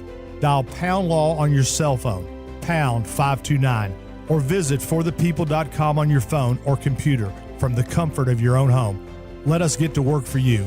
Morgan & Morgan, forthepeople.com. Injured? Dial pound law or visit forthepeople.com for an office near you. 25 years strong. 97.1 FM Talk. St. Louis Conservative. It's a Mark Reardon Show on 97.1 FM Talk. Mark is out today enjoying a 3-day weekend. It's Mike Elam sitting in today. This is always one of my favorite times when we fill in because Paul Hall is joining us now from Common Guy Films. Paul, how are you, sir? I have to apologize, though. Why? Because I think it was me. I think I may have did something that left you there by yourself. Fred's there, I guess, but, seems like you're a little lonely. So we got to get you some stuff to watch this weekend. God love you. We were just talking about in the studio about how you've given me so many great suggestions over the years that I just keep catching up on all these things. And I was watching the Golden Globes the other night, and they kept bringing up The Diplomat, got nominated like 3 times. She didn't win anything, but I love that show. That's a show that you told me about, and The Night Agent and all these other things that keep coming up. I mean, you've got great suggestions, but this weekend it sounds like you're going to try and send us to the movies. A couple. Yeah, there's a couple brand new movies in theaters, and these are good before National Popcorn Day. I know you mentioned it a little bit before, but I'll tell you, you don't want to put on a costume. You don't want to do the other things. The Marcus chain, which is Ronnie's, is a member, and there are others in the area. The Marcus chain, you just got to show up, buy a ticket, and you get a large popcorn. That large popcorn's worth like $10 in and of itself. Everybody who buys a ticket gets a large popcorn on Monday. And they're giving them a scratch-off ticket so you can come back with something else for free later in the month. Jeez. So it's a good deal. Go to Marcus and do that. Are they just trying to drive more people to the theater? Is that what's going on with this? It's all the promotion about popcorn. And let's be honest, a movie in theaters is only as good as the popcorn you're going to eat with the movie. It's just one of those things. I completely agree. Go in, smell it, and not get some. It's just... when they can give it to you for free, what better way to do it? Any of the theaters, whether it's Marcus or Regals or AMC's, it doesn't matter. Go take advantage of this because the amount of money you're saving on popcorn on Monday is like worth the price of gold. So we got a little bit of sound on a movie that I don't know the original on this part, but it's called 28 Years Later, The Bone Temple. Trying to predict the future is a discouraging and hazardous occupation. In fact, it may not even exist at all. Oh, what is this? Paul, did I miss something before? Was there a movie 28 years ago? There's been 4 movies in this little group of movies that are all on the same topic. First was 28 days later, 28 weeks later, 28 years later, and now 28 years later, The Bone Temple. These are all from director, the mind of Danny Boyle and Alex Garland. Alex Garland gave us Warfare and Civil War, among others. Danny Boyle gave us Trainspotting. They weren't 28 years ago, you've seen it, but this is a progression of 28 years in the course of the film, the way it takes place. Basically, 28 years ago, people on the islands over in Europe were infected by this virus that turned things into zombies. And I'll say things because I can't say they're really people anymore. And those zombies, and this has been the tale of kind of the progression of how society evolved from that. The people that could wall themselves off, how anarchy took place, how people just tried to survive. For those who have seen these movies, you need to go see 28 Years Later, The Bone Temple. It is not for everyone. If you haven't seen the early movies, I can't tell you to go out and see it because this is ultra-violent, and it's just the way all of them have been to this point.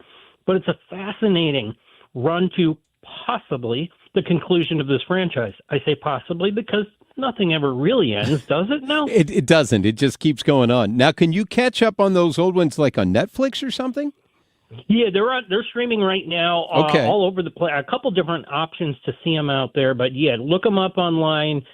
You can start with the first one, which is probably my favorite, which was I want to say it's about 10 years ago that one came out.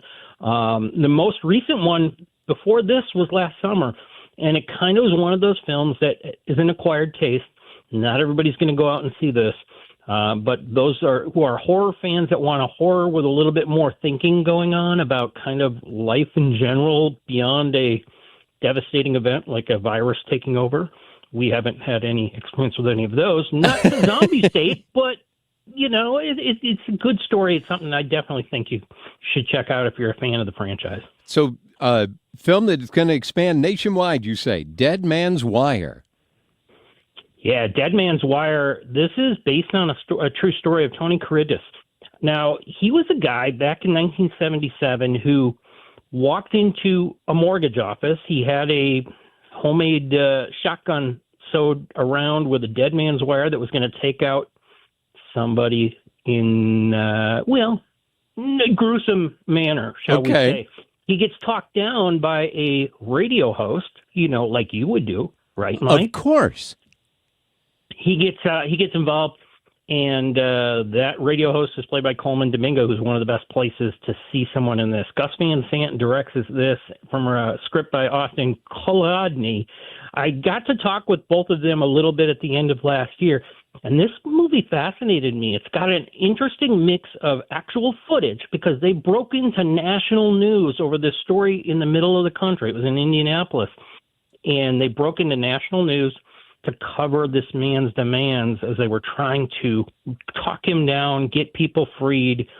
It really is fascinating the way they meld archival footage and fictitious footage or footage they created for this movie. It was one of the coolest back and forths, and the way they match it all up, you sometimes don't even know what you're looking at. It really, everyone from Al Pacino to Coleman Domingo, like I had mentioned, Bill Skarsgård is the lead role as Tony.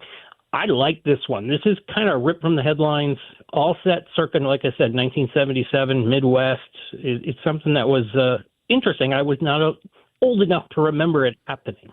Well, if you don't want to go out to the movies, but you want to stay home and stay cozy and watch something in your own living room, I've seen this promoted an awful lot, and I'm curious what you think. The Rip. The Rip. Matt Damon, Ben Affleck. Let's be honest, they're going to get out and promote it, and they've been promoting it all over the place. Netflix is the home.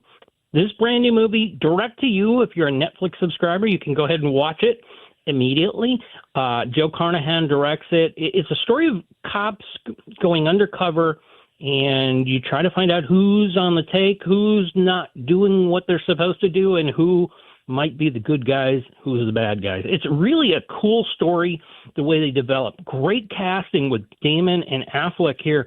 Lead a film that includes people that right now are at the top of their game, like Tiana Taylor, like Catalina Sandino Marino. You just have an interesting time watching this develop and going, okay, what's going on? I love it from a standpoint of an action thriller type of film. It's not, it could have been better, of course, but for a Netflix, direct-to-Netflix release, this is on the top of that game. So I got one more that we'll play a little sound from first. His and Hers. I used to think that when bad things happen, that it was just random chaos. That bad things happen because you bring them on yourself. Headstone on the grave. So tell me a little bit about this one. You like to guess kind of who done it, didn't we? Don't we? And let's be honest, every story, when you've got a man involved, a woman involved, the story is his, hers, or the truth. And sometimes they're not always the same. John Bernthal plays a detective digging into a murder that takes place in a small town outside of Atlanta. The anchor woman comes back to town, played by Tessa Thompson here, and she asks some questions that, it was her hometown, so she knows a lot of what's going on. Now, who did it? Who is the person that committed this violent murder? and then another murder might even happen before it's all said and done, or more beyond that. I'm not going to give you everything, but I'll tell you what, there's a lot of interesting plot twists here. There's things that you see coming a mile away, and there's things you don't. It's a 6-episode miniseries. You've got all 6 episodes up and ready for you to see on Netflix, so you can binge it all. You can do that tomorrow on your lazy day. I love that. Watch it. Watch the whole thing. I think you'll love the progression. And beyond that, let me mention briefly, Hijack Season 2 is back on Apple TV+. I loved Season 1. Idris Elba is amazing. I know Mark and I disagreed on it just a little bit, but you got to the end of Hijack Season 1 and you said, how can we have a Hijack Season 2? Hijack Season 1, it was over. They tried to hijack a plane, and that case came to a conclusion. Well, you got Hijack Season 2, and by the end of the first episode, you can see 1 and 2 up on Apple TV+ now. By the end of the first episode, you'll see this is not like the Hijack from Season 1, and that makes it a new adventure for everybody to check out. I've seen multiple episodes, and I'll tell you what, it's got a great ride for you. Oh, I am looking forward to Sunday and to find out the last episode of Landman this year, because Billy Bob Thornton got fired last week, and I'm like, how do you fire the lead role in a show? So he's not going away, and I'm dying to see where this thing's going to go. I'm thrilled there. Yeah, Paramount Plus, the home there for Landman, and it's doing really well this year. In fact, they added, for those of you sports fans out there, UFC is now your new home of Paramount Plus. They've got their first big event over there, and no more pay-per-views. If you get Paramount Plus, you get UFC, and you get the big picture, all the big events. So it's another reason to get that streaming service on your box at home, on whatever you're watching on. Paul Hall, I always love talking to you because you're a wealth of information, man, and you give me great ideas, and you give us all stuff that we can watch on a long holiday weekend. It's a good one. So if people want to follow other recommendations, because we just covered a few of them, they can watch you at? SimpleCommonGuy.com. Next week, we talk about Shrinking. Season 2 is back on Apple TV Plus as well with Harrison Ford. I didn't think you could do that in public. Yep, I'm shrinking again. There you go. All right, man. It's good to talk to you. Have a great weekend. Take care. That is Paul Hall. We are going to talk a little bit of sports with Frank Cusumano, KSDK sports director, on the other side. It's Mike Elam sitting in today for Mark Reardon on this Friday afternoon holiday weekend on 97.1 FM Talk. Traffic from the 97.1 FM Talk Traffic Center. Well, you got 270 southbound slowing Page to 64 on the westbound side of 70, 367 over to Lucas Hunt, Tight, and then 5th to Zumble. 170 southbound slows Ladue to 64. On the northbound side, it fills in a bit from 70 up to Airport Road, and 64 westbound still pretty heavy. Kings Highway over to Clayton with the crash hanging out in the left lane. They're still working on it. Then you're slow past Lindbergh and 64 to 70. Eastbound side from 170 slow over to Beg Bend. And 55 southbound long-term work's got you tight between Gasconade and Bates. This report is sponsored by Lakeside Renovation and Design. For over 25 years, Lakeside Renovation and Design has been St. Louis's trusted source for transforming homes inside and out, from windows and siding to kitchens, bathrooms, and outdoor spaces. They deliver quality craftsmanship backed by lifetime warranties. Visit lakesiderd.com to start your dream project today. I'm Trent Erickson with traffic on 97.1 FM Talk. 2026 is an election year, and 97.1 FM Talk will be your home for every twist and turn in the 2026 midterms. 97.1 FM Talk. Keep it here for radio coverage that's 25 years strong. Big trucks, big damage. And when you're the one left injured, you need someone who knows how to take on the trucking companies and win. You need Kaufman Townsley. Our attorneys live and work right here in St. Louis. We act fast, we dig deep, and we don't back down. Trucking accidents are serious, and so are we. Kaufman Townsley. Real people, real results. Call 314-777-7777. This is Corey from Air Comfort Service Heating, Cooling, and Insulation. There's never a good time for your heating system to stop working. If yours does, no matter what time or day, Air Comfort Service offers 24/7 emergency HVAC service. Contact our award-winning team for 5-star heating service and stay in your comfort zone.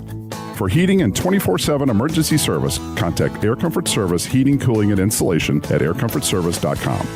That's aircomfortservice.com. Hey, Stewie, I'm hearing mortgage rates have plummeted. The Fed's making moves. Is this the moment where folks can start saving some money? Annie, I'm so excited, and you should be too. This is a great opportunity. Now, there's numerous ways to go ahead and save money. One is go from rate A to rate B, reduce it at no cost with the bagel loan, and save $100, $200, $300, $700 a month. Another way is to reduce the term. We took a customer, went from 29 years left on the loan to 20 years. Their payment went up $35 a month, and guess what? They saved $170,000 in interest. Does that mean we should wait, or should we act right now? Well, that's a good question. People ask me this all the time. The Federal Reserve is going to cut the rates. Maybe I should wait. No, the market goes ahead and adjusts for potential rate cuts in the future. So the rates are typically lower than when the Federal Reserve actually does something about it. So go ahead and refinance now. Later on, if rates go ahead and drop, we can always refinance you for free again with the bagel loan. Contact my friend Stewie at 314-324-4440. Google the bagel loan and MLS number 226715.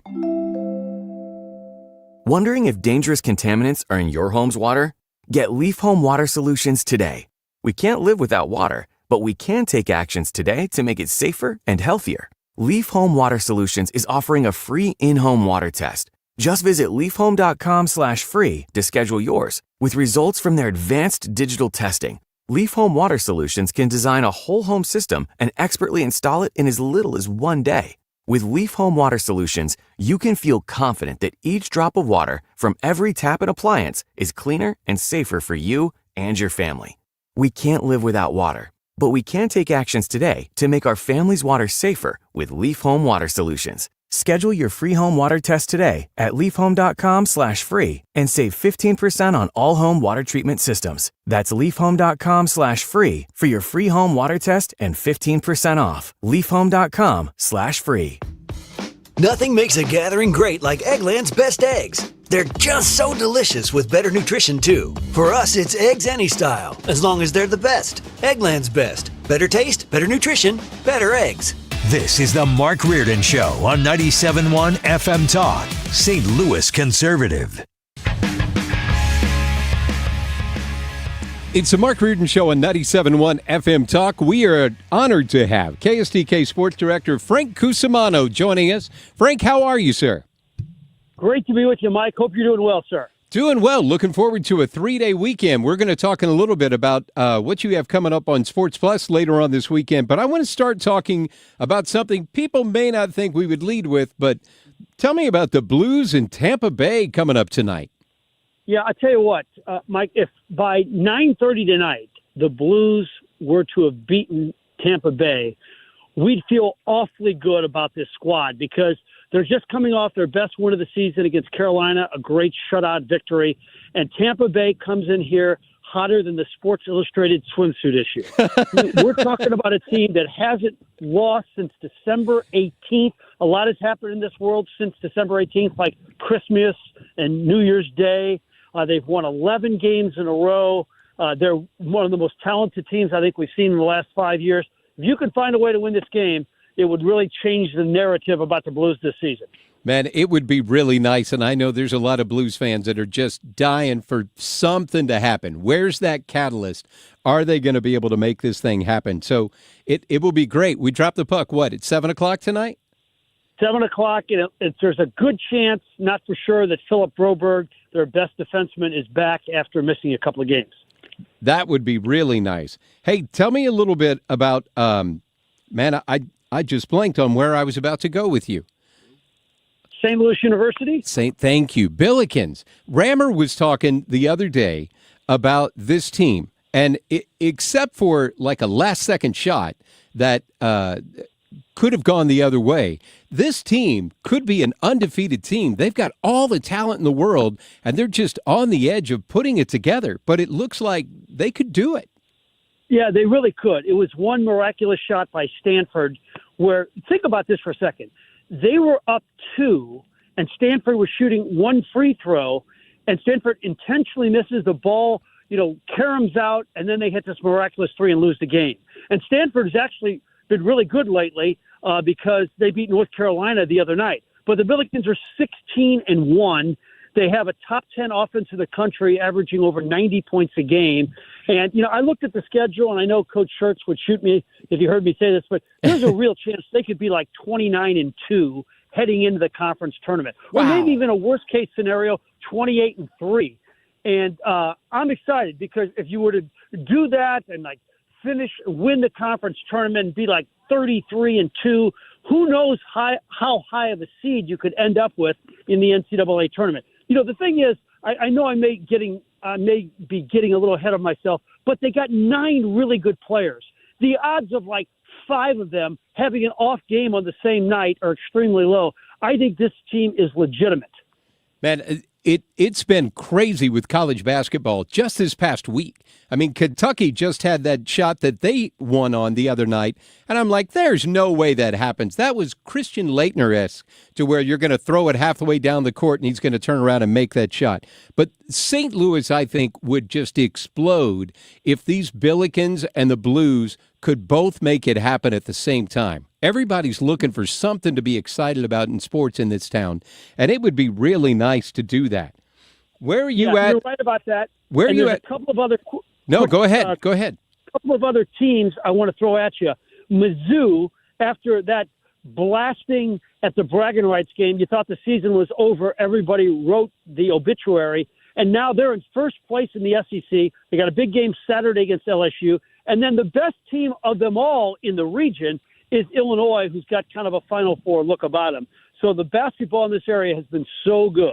I was just on a friend at Rotary on Wednesday, and he was saying, man, I thought Mizzou was going to stink this year. And now all of a sudden I'm thinking they may be pretty good. This Stone kid, who wasn't with them, I guess, at the beginning of the year, was he hurt or something? But he's been on he fire. Played the first couple of games, and then he got hurt. And he's a classic portal player in the year 2026. I mean, he's 25 years old. He's on his 4th school, and he's maybe Mizzou's most exciting offensive player. So they desperately needed him, and they also got Trent Pierce back, who hadn't played all season. I tell you, Dennis Gates said after that bragging rights blowout, he said, I just want to see what we look like with our full squad. Well, we're seeing that full squad, and we're very impressed, Coach Gates. Man, they are a completely different team, that is for sure. How do you have the national championship game playing out with Indiana and Miami? Look, if somebody says you had to pick a winner to stay alive, I would pick Indiana. I will say this, that Miami leads the country in sacks. They have 2 incredible edge rushers. Mendoza hasn't felt a lot of heat all season long. The only scenario is if Miami really were to apply a lot of pressure. But if they don't, he's got 3 stud wide receivers. He's the best player in America. I do believe Indiana's going to win. So when you look at this weekend, I assuming that you are working on Sunday night.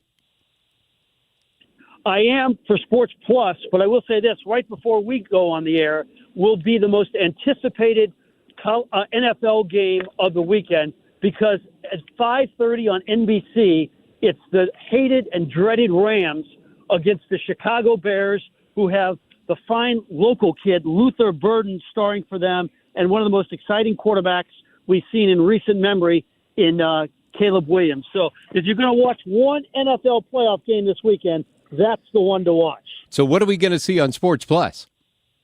Sports Plus, we're going to be all over the Cardinals because they have winter warm-up. We're going to, introduce you to some new, really exciting players like J.J. Weatherholt. We're also going to have 2 Billiken members live in studio with us. We're excited about that also. Frank, I appreciate the time as always. You're on top of everything, man. You never miss a beat. It's always good to talk to you. Have a great weekend. You too, Mike. Take care, buddy. That's Frank Cusumano. He's the sports director over at KSDK. He's the guy who's got the plan all the time. Speaking of which, we're going to talk with Jeff Mordock on the other side of the break. He is the White House correspondent for the Washington Times. That guy's busy as well. It's Mike Elam for Mark Reardon on 97.1 FM Talk.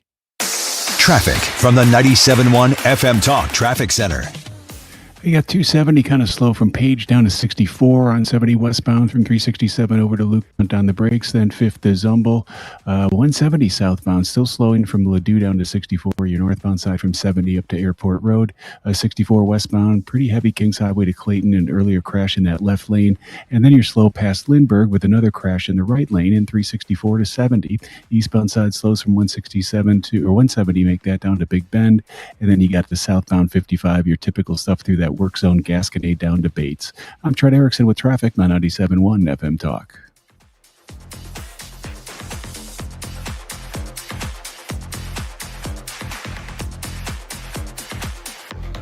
Do you owe $10,000 or more to the IRS like Mark? I've been doing home remodeling for 30 plus years, but the economy crashed. I wound up losing my home, losing my job, and on top of that, owing the IRS a ton of money.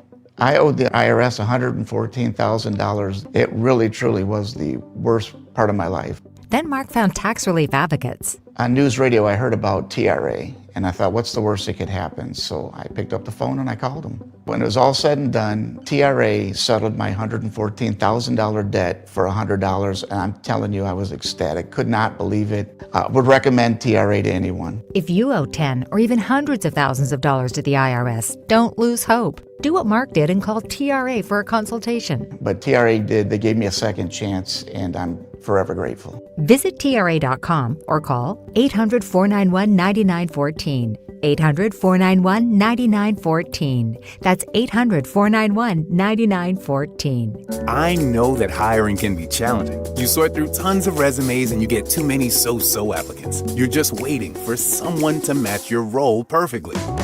Well, now, there's a place where you can meet them fast. ZipRecruiter. Need to hire right away. Start your search for strong candidates. The right fit awaits. Build your team, build it sooner. Meet your match on ZipRecruiter. Just head to ZipRecruiter.com/radio right now to try it for free, and you're on your way to meeting your match. 4 out of 5 employers who post on ZipRecruiter get a quality candidate within the first day. So try it now. Go to ZipRecruiter.com/radio. Once again, that's ZipRecruiter.com/radio. Meet your match on ZipRecruiter. Try it free. Surprise! Surprise! You know, surprise parties, they can be fun, right? Well, financial surprises, not so much, especially when you're retired, like finding out you owe more in taxes than you thought you would, or having to go back to work to make ends meet. Maybe you think you'll be okay, but why not double check just to be sure? Call Marvin Mitchell at Compass Retirement Solutions and schedule a retirement double check. Marvin and his team have been helping families plan for retirement for more than 15 years. Call 314-373-1598 to schedule your retirement double check with Marvin Mitchell at Compass Retirement Solutions. That's 314-373-1598. Don't let a financial surprise derail your retirement dreams. Give Marvin and the team a call, 314-373-1598. Firm offers insurance services, investments, and services offered through Compass Retirement Group, a registered investment advisory in Missouri and in Illinois. KFTK FM Florissant from the Kaufman Townsley St. Louis's Injury Lawyers Studio. Call 314-777-7777. That's 314-777-7777. The prosecutor is off the case. I'm Lisa Lacera, Fox News. A hearing in Utah for Tyler Robinson, the man accused of shooting Charlie Kirk to death last year. Robinson's defense attorney, Richard Novak, argues a college-age child of one of the prosecutors was at the event and witnessed the shooting, so the whole team should be taken off the case because there's a conflict of interest after prosecutors said they plan to seek the death penalty. The court needs to hear from a representative of the state who does not even appear to have a conflict of interest. Robinson has pled not guilty to the September 10th shooting of Kirk on the campus of Utah Valley University in Orem. The prosecution has asked Judge Tony Graff to deny the request. As protests continue in Minneapolis following the deadly shooting of a woman by an ICE officer last week, President Trump was asked about invoking the Insurrection Act, which he had mentioned yesterday in a social media post. I don't think there's any reason right now to use it, but if I needed it, I'd use it. It's very powerful. The Insurrection Act gives the president the authority to deploy military assets to suppress civil disorder. The number of dead from the crackdown on Iran protests has grown to nearly 3,100, according to human rights activists, as the country's supreme leader calls for more bloodshed. The Ayatollah Khamenei spoke at Friday prayers in Tehran today, demanding once again the death penalty for those arrested during the weeks-long riot, saying armed hypocrites should be put to death, also directly challenging President Trump, calling the protesters Trump Trump's soldiers. Fox's Greg Palcott. Today, the president appeared to back away from his threat of action against Iran. Yesterday, UN Ambassador Mike Waltz had reiterated the president's stance that all options were on the table. Wall Street stocks edged lower as the first week of corporate earnings season closes. The Dow lost 83, the Nasdaq minus 14. America is listening to Fox News. Welcome back to Winter Hack Radio, the place for clever hacks to survive the season. Icy driveway? Well, try spreading sand or birdseed to help with traction. Snowy puppy paws? Well, grab a whisk, brush it off, done. Catch COVID-19? Well, just get... Actually, there's no hack for COVID-19. But if you test positive, prescription medications for COVID exist. Ask your doctor if they're right for you. Visit PfizerForAll.com to learn more. Sponsored by Pfizer. Are you 50 or older? This news is for you. The CDC recommends you get vaccinated against pneumococcal pneumonia. Even if you're healthy, your age puts you at risk. People 50 or older are over 6 times more likely to be hospitalized with pneumococcal pneumonia compared to adults 18 to 49. Just one shot can help protect you.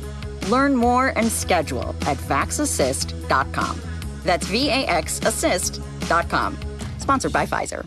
Air Comfort Service, heating, cooling, and insulation. Weather. It's a little windy this afternoon, but we're going to warm up into the low 40s, partly to mostly cloudy skies. Winds swing to the northwest with a cold front tonight. Cloudy skies, evening wind-driven snow flurries, a dusting in spots. 21 degrees. Saturday, partly sunny, a couple of wandering snowflakes and a windy 29. 12 Saturday night. Sunday, sunny and 29. This is 97.1 FM Talk. Chief Meteorologist Dave Martin. This hour of the Mark Reardon Show is sponsored by Gamma Tree Experts. Your trees deserve the best care. Call Gamma Tree Experts. This is the Mark Reardon Show on 97.1 FM Talk.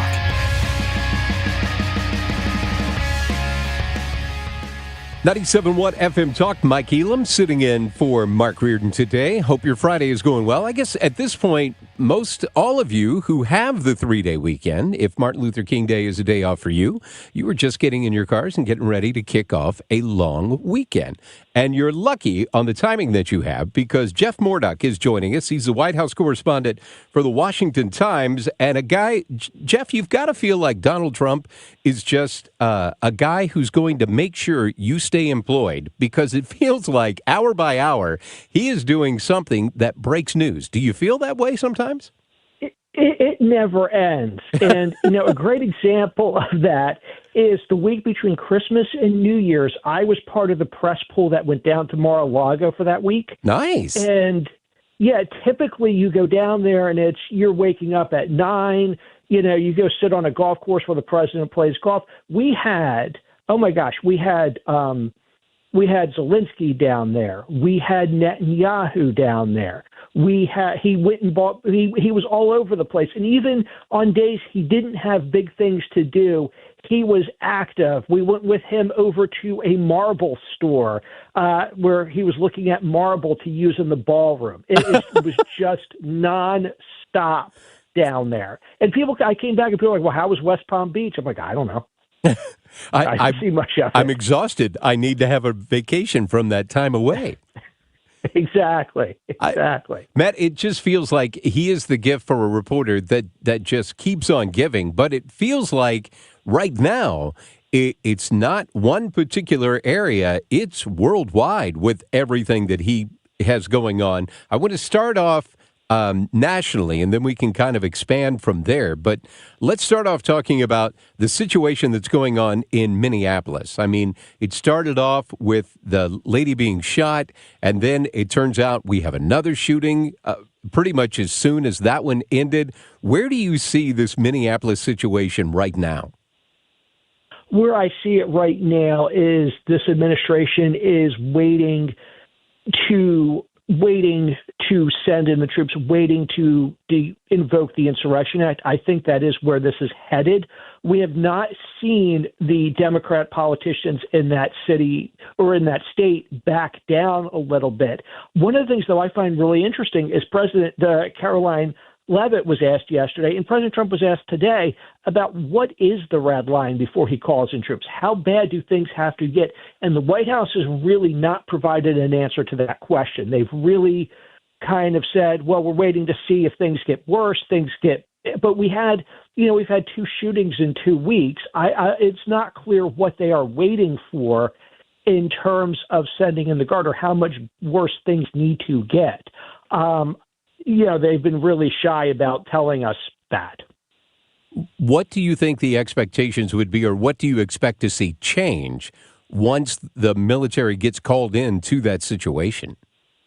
Well, I think when the military gets called in and some of these protesters meet the firepower of the military, and I don't mean that they're going to shoot or anything like that, right, but just seeing the firepower, just seeing the troops roll through there, I think that's going to give law enforcement more people, more access to resources, more ability to clamp down on things, more ability to station people in areas that have become hotspots for protests. And I do think that clamps it down to some degree. I think, and we've seen that before. If you look when the president, he did not declare the Insurrection Act, but when he sent troops out to Los Angeles and those riots, those troops got a hold of those riots relatively quickly because you had the training of the U.S. military out there to defuse that situation. And it feels like that's the one thing that's missing from this situation. Somebody who understands how to handle crowd control. And I am just personally mesmerized by watching how these protesters will get in the face and directly go at ICE authorities right there. And they act like it's something that they have a right to do. It's amazing. And one of the things that I kind of think, the administration keeps talking about tools that they're looking for to try to put a clamp on this. One tool that's available to them that I'm somewhat surprised they have not done or have thought about, and maybe they've thought about it and have decided against this, is they could look at Minneapolis Mayor Jacob Frey, Minnesota Governor Tim Walz, and look at the rhetoric and look at an incitement charge against them. Have the Justice Department bring an incitement charge against them and see if that starts to clamp things down when people start to find themselves in legal trouble for some of the vitriol that they've directed at these ICE agents. I don't know if they've run that by the Justice Department and the Justice Department has nixed that idea, but I actually think if you're looking for a way to sort of clamp down on the rhetoric that's fueling that is one option for this administration. I will tell you, I was at a pachyderms luncheon earlier today, and Senator Schmidt's representative was there, and they were talking about that. That was some of the questions that people in the crowd had, where they said, hey, we're frustrated that we're not seeing these people actually arrested, and we're not seeing these people, Ilhan Omar for you're seeing Frey with the mayor, you're seeing the governor. They're encouraging people to go at these ICE agents while they're there. And these folks were talking about, why aren't we seeing more of these people arrested? And maybe we are, and we're just not aware. Maybe they are being arrested, and we're just not aware. Well, I think, though, to set the example, it needs to be at the high level. You're going to arrest a protester. Most of it doesn't even make the news. Nobody knows who these people are. Right. If you want to clamp down on rhetoric, it's got to be the top where the rhetoric is coming from. It's got to be the Jacob Frey or the Tim Walz out there. Let's step back to a broader picture now, and let's talk a little bit about what's going on with Iran. I've heard a number of people who are talking about now they feel like we are at a tipping point, and a way that we have not seen ever since 1979 and this point where it feels like the regime is on the verge of collapsing. Where do you see the White House going forward on this? Do you think they're going to wait? You talked about a red line in Minneapolis. He's talked about a red line in Iran, but he's not responding to it the way that a number of people thought he might when he said they crossed a line. Yes, and it's somewhat interesting because the regime has been at a low point before. If you remember, under the Obama administration, there were protests and problems, and it looked like the regime was, and they were looking to the U.S. for help, and President Obama had sort of walked away from the issue. So we've seen this before, and the U.S. has handled it poorly. it'll be interesting to see what we see from the Trump administration. When I talk to officials, they keep saying, well, we're going over a range of options. We've debriefed the president on his options, and his options range from cyber strikes to military strikes to working with the protesters and just providing support to boost the protesters on the ground. There are plenty of options for this president. Now, we don't know if they're doing something and we're just not aware of it, or they're taking their time and seeing what happens. But this is a historic opportunity for the president because any blow from the United States will be a fatal one to that regime.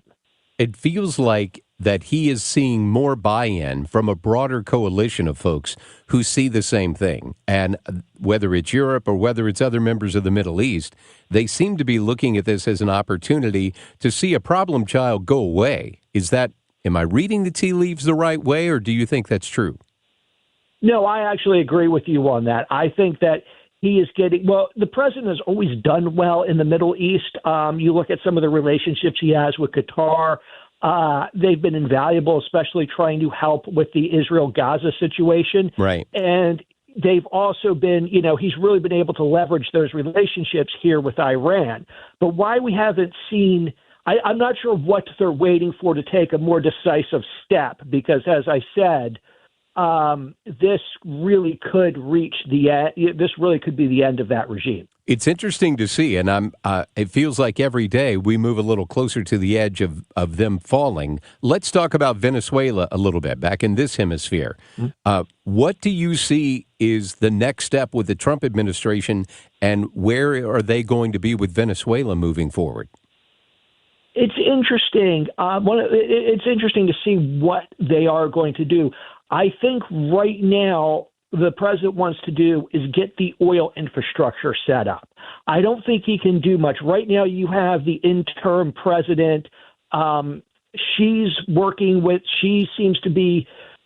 one thing to the Trump administration. She's saying a second thing to people in Venezuela. The president has made it clear if she's not going to play ball, they will get rid of her. So I think she knows she has to play ball. But right now it seems like this administration's focus is trying to get the oil infrastructure set up and then dealing with the rest of the problems from there. So I think that is what the president's focus has been. And as you point out, when we started the segment, his focus is everywhere. I mean, housing affordability, Iran, Minnesota, it's all over the map. And I think in Venezuela, what he wants to do, the first step he seems to believe, is getting those oil companies on board. And that's proving to be a challenge because you saw Exxon, when he had the oil companies at the White House last week, Exxon sort of threw up their hands and said, no, the whole country is uninvestable. We're not going to have any success here. We're not interested. And then you saw the president say, well, fine, if they're trepidatious about this, we'll just cut them out. So I think all of this has proven problematic to move into a second phase of political stability there. I think people were surprised that he left this administration in charge in Venezuela.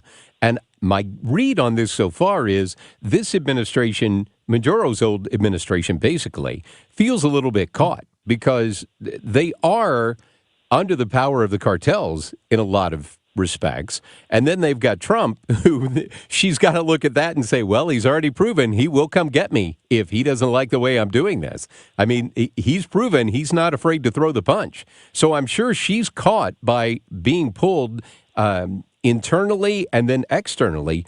Where do you see her next step going from here? I think she says what she needs. It goes back to what I was saying earlier. I think what her step is to say what she feels she needs to say in Venezuela to survive in Venezuela and maintain power. And I think she needs to say those things while cooperating with the Trump administration, because you're right. She knows they're going to come in there. She's not nearly as strong or well protected as Maduro. She is a much weaker target, and it will take far less to get her out of there than it did Maduro if she's not going to cooperate. We're talking with Jeff Mordock, who is the White House correspondent of the Washington Times. Jeff, let's talk about next week. Davos on the schedule. the big economic summit. You're going to have all the power brokers from Money World who are going to be on site. What do you see happening there with President Trump? I think the president is looking at Davos as this is his pitch for the midterms, because he's going to go there and his focus is going to be on affordability, reducing costs for Americans. And he's had a strategy that I find really interesting, because in the last couple of weeks, he has proposed a flurry of ideas on affordability and reducing costs. And if you just look at them individually, they just sort of seem like, oh, he's just throwing anything out there and whatever sticks is going to stick. But if you look at it more closely and you take a look at those proposals, each one takes an aim at a different sector of the economy, and they're all about returning money to Americans' pocketbooks. And, he's got a couple of housing proposals that are aimed at reducing the cost of mortgages, increasing the supply of housing so that costs go down. He's got the tax cuts in place. On health care, of giving the subsidies directly to the American people, the tariff rebate checks. And you put all that together, and it actually makes a really interesting, coherent strategy for reducing the cost of living for everyday Americans. I want to let you go because I appreciate you being so generous with your time on this Friday afternoon, but I haven't heard anything about renovations at the White House lately. A quick little hit on that. How's that going? Well, the president right now, it's moving forward because there's really, a week ago they did they presented the Capitol Planning Board. They finally had submitted their plans. They were under fire from a lot of Democrats and historical preservation societies not to put that money, for the fact that they had not submitted the plans.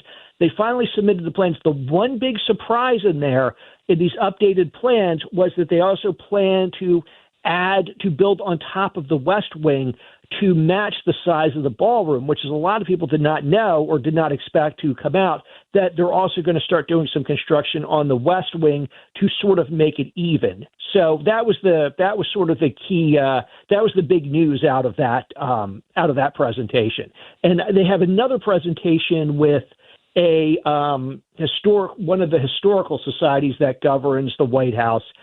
I want to say at the end of this month or early February. Just off the top of my head, I forget the exact date. Go figure. A developer wants to continue to develop. What are the odds, right?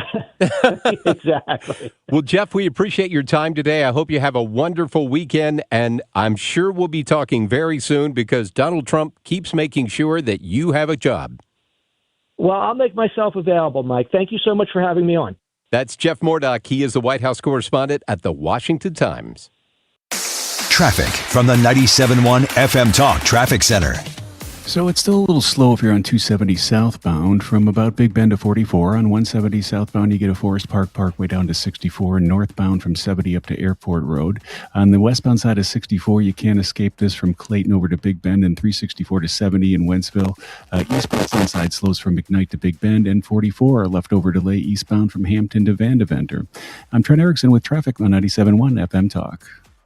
I do appreciate all the referrals that we receive daily. It is phenomenal. I've said it. I can't say it enough how much I do appreciate the referrals. With that being said, if you do refer me, you're in great hands. I will not sell homeowners that work hard for their money, just like myself, crap that they do not need. But if you want good quality, man, you can't even say cheap anymore. I don't think I can even say cheap by the... You can't even go by price. Okay, that's another commercial.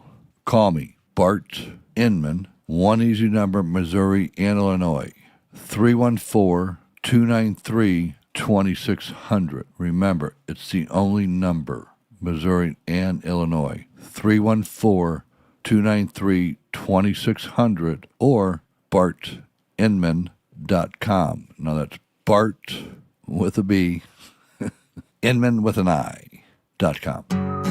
When it comes to affordable term life insurance, everyone's whistling the Big Lou tune.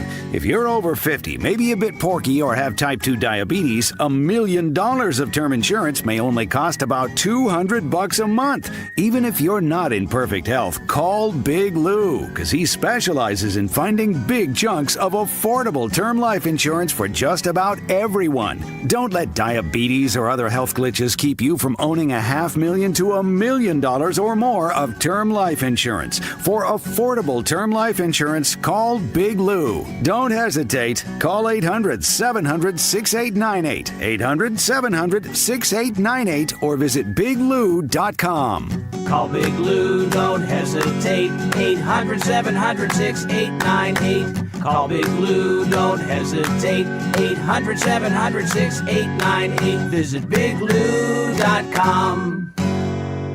You're listening to The Mark Reardon Show, 97.1 FM Talk, St. Louis Conservative.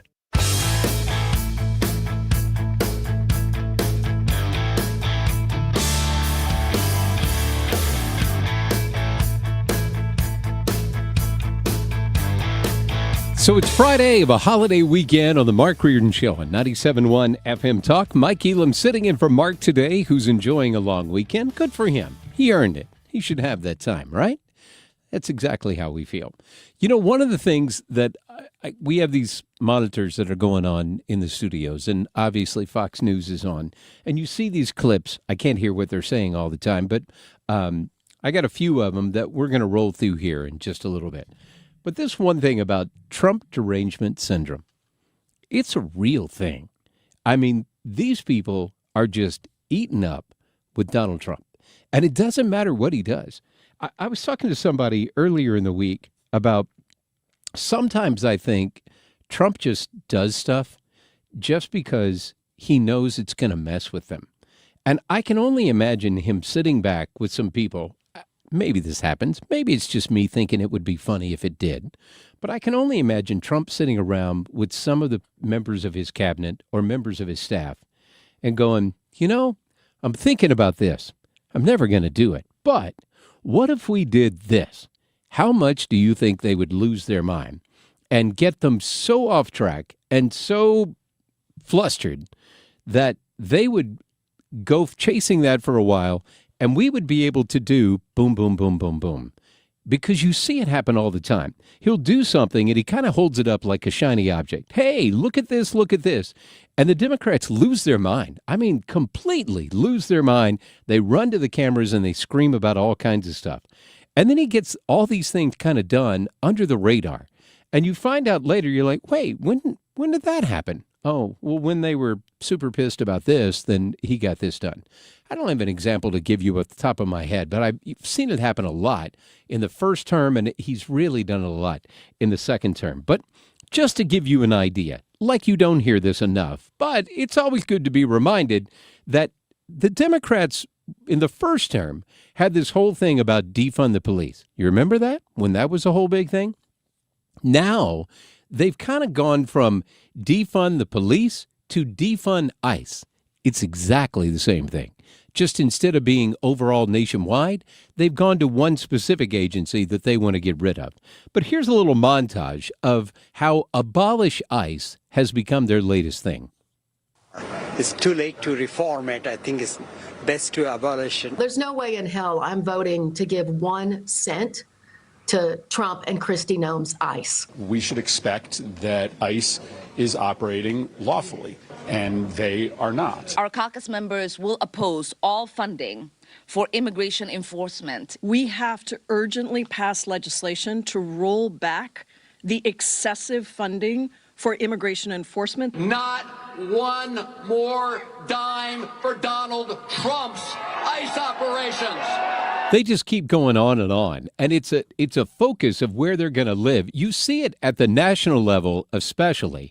Here's a couple from Ilhan Omar, and my favorite candidate for Senate in Texas, because she's a St. Louis girl, and she's just full out crazy. I mean 100% straight out crazy. You thought Cori Bush was bad. Jasmine Crockett kind of has it on steroids, I think. But here's a little look-see into these lovelies. We do believe that one of the reasons why he sent this paramilitary occupation into our state, why this level of terror is taking place, why we are seeing the kind of chaos that is ensuing, is because he does want to invoke the Insurrection Act.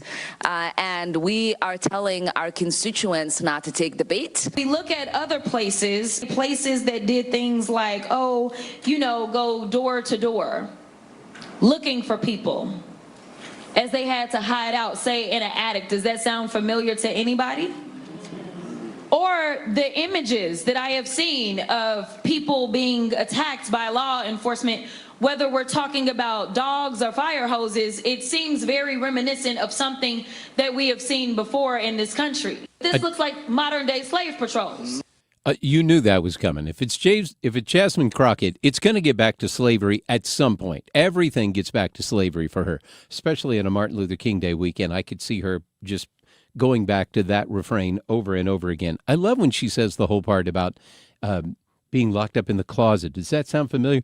The crowd says. Give them a little something. Betsy Miller is very funny on the feed here. She said, doesn't Trump do that to them every day just by waking up and merely breathing? Yes, Betsy, I think you're exactly right. The fact that Trump is alive and breathing just puts them over the edge to start with. It's kind of funny, though. I mean, it's sad in one aspect, but it is kind of funny. So speaking of sad, so this mayor of Minneapolis, Mayor Fry, this guy is, well, let's let him say it in his own words. If this were about order, there would be a simple way to restore it. And let me tell you a secret. It's not restored by additional federal agents. Order would be restored, and I will make this prediction, if those federal agents left. As soon as they leave, we will have peace, we will have safety, and order will be restored. Do you remember when the whole George Floyd thing happened? And ICE wasn't there, right? Federal agents weren't there. Was peace restored back then? I don't think so. I don't think it was restored back then. If ICE left, would peace be restored? Probably not. What you would have is all the people who are being paid, who are being there right now. They may leave because they're going to go to the next city where they're going to be paid, and they're going to do the exact same thing.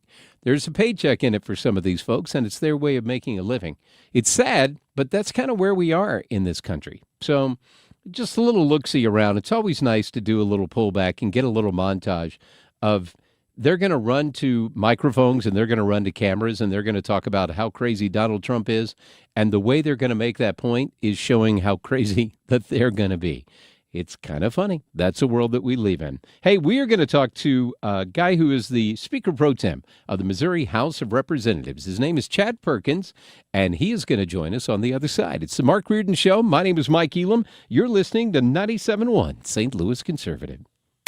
Traffic from the 97.1 FM Talk Traffic Center. I look at 270 on the southbound side, Big Bend down to 44, a little slow, 170 southbound Forest Park Parkway to 64, and northbound side from 70 to Airport Road, 64 westbound tightens up Clayton to Big Bend yet, 364 out to 70. Eastbound side is kind of slow from McKnight to Big Bend, and 64, make that 44 eastbound is slow going from Hampton to Vandeventer.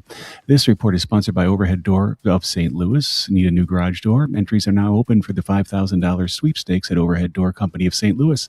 Enter now and get Overhead Door of St. at overheaddoorofstlouis.com. Deadline to enter is the end of the month. If you can't win if you don't enter at overheaddoorstlouis.com. I'm Trent Erickson with traffic on 97.1 FM Talk. Hi, I'm Bob Kershaw with Retirement Advisory Group. Hi, I'm Tammy Kershaw. When we meet our clients for the first time, they have built up a lifetime of savings. Their question is, what can we do with this money so we can live comfortably the rest of our lives? First, we develop a strategy to protect your nest egg from any market losses. Then, we build your own personalized structured income plan that will generate you an income the rest of your life. We put you in control of your money. You've earned it, and it's our job to make sure you enjoy it. Let our team show you how you can have the retirement of your dreams. Call us now at 314-993-9494 for a no-cost, no-obligation retirement review. You will also get a copy of our latest edition book, Your Key to a Worry-Free Retirement. We've been helping retirees and pre-retirees retire with confidence for 40 years. Call us now at 314-993-9494 or go online at retirementkey.com. That's retirementkey.com. DIYers like you like to say, I got this. Need to paint a bathroom? I got this. Whoops, was that a load-bearing wall? Got this. But what about rewiring a hot main or routing 120 amps to an outlet? Nope, not this. Great answer. In general, treating electrical problems like rattlesnakes is smart. Deciding to call Jerry Kelly to handle them or to perform a $49 electrical safety check, that's wisdom. Served with some sweet, preventative peace of mind. JerryKelly.com.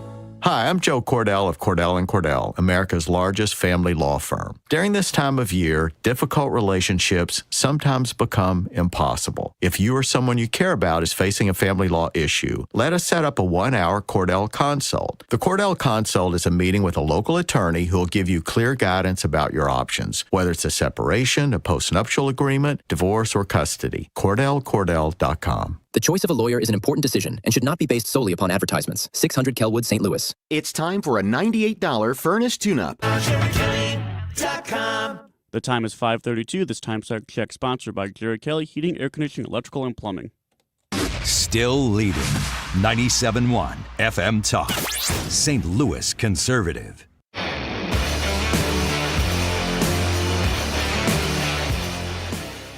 Well, the Missouri legislature is back in session. It's another new year, and there's all kinds of stuff that is already being talked about coming out of Jeff City. You had the State of the State that happened this week that the governor does. This is his second one that he gave, Governor Mike Kehoe.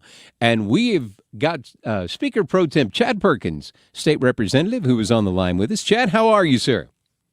Doing all right, Mike. How you doing? I'm good. Man, I run into you everywhere. It doesn't seem to matter where I go. You have covered an awful lot of ground. And before we do any of this kind of political stuff, how were the mouse races the other day? So, the night before the session started, we had a mouse race in Jeff City. Incredibly well attended. I mean, the building was packed. It was my first one ever actually, watching a mouse race, but was not exactly what I expected. Very professional. It's a very professional, legitimate-looking operation. So, for people who haven't done a mouse race before, how would you describe your first time? Yeah, so it's a little bit like a horse race, right? It is. Yeah. It really is a little bit like a horse race. There's some excitement and drama that you don't expect in a mouse race, but it's a nice little fundraiser opportunity for someone, and I plan on making it an annual event. It's one of those kind of things where you're doing a horse race. It's not often that the horse gets almost to the finish line and then turns around and runs the other direction. That's right. Yeah, these mice athletes are not maybe not as well trained as a horse is, but they're not as focused. Let's say. That's right. Still pretty fun. Pretty fun. It is pretty fun. Sorry to get you off on a different thought there, but I knew that you had that event that you were talking about on Facebook the other day. I wanted to go, but I couldn't make it. I was up at my home office with my company, so couldn't be there for that and wanted to check in. So we're into a new session, and the governor did the State of the State. What was your big takeaway from the address on Tuesday? Well, I think the landmark thing that he threw out there was his desire to get rid of income tax in the state of Missouri. So that I think is probably going to be his number one focus for the year. So he's doing something different with this one than what I think some people thought he was going to, because this is, and correct me if I'm wrong, he's looking at taking this plan to the voters, not asking the state legislature to put it into effect. Is that true? That's right. So it's really a two-part step, right? The legislature has to approve so it's not what you would call a House bill or a Senate bill, but rather a joint resolution, which means that the legislature approves it for going on the ballot. and then the citizens of Missouri make up their mind on what they're going to do.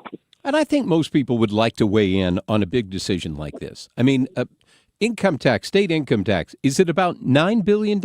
Is that what I've heard correctly?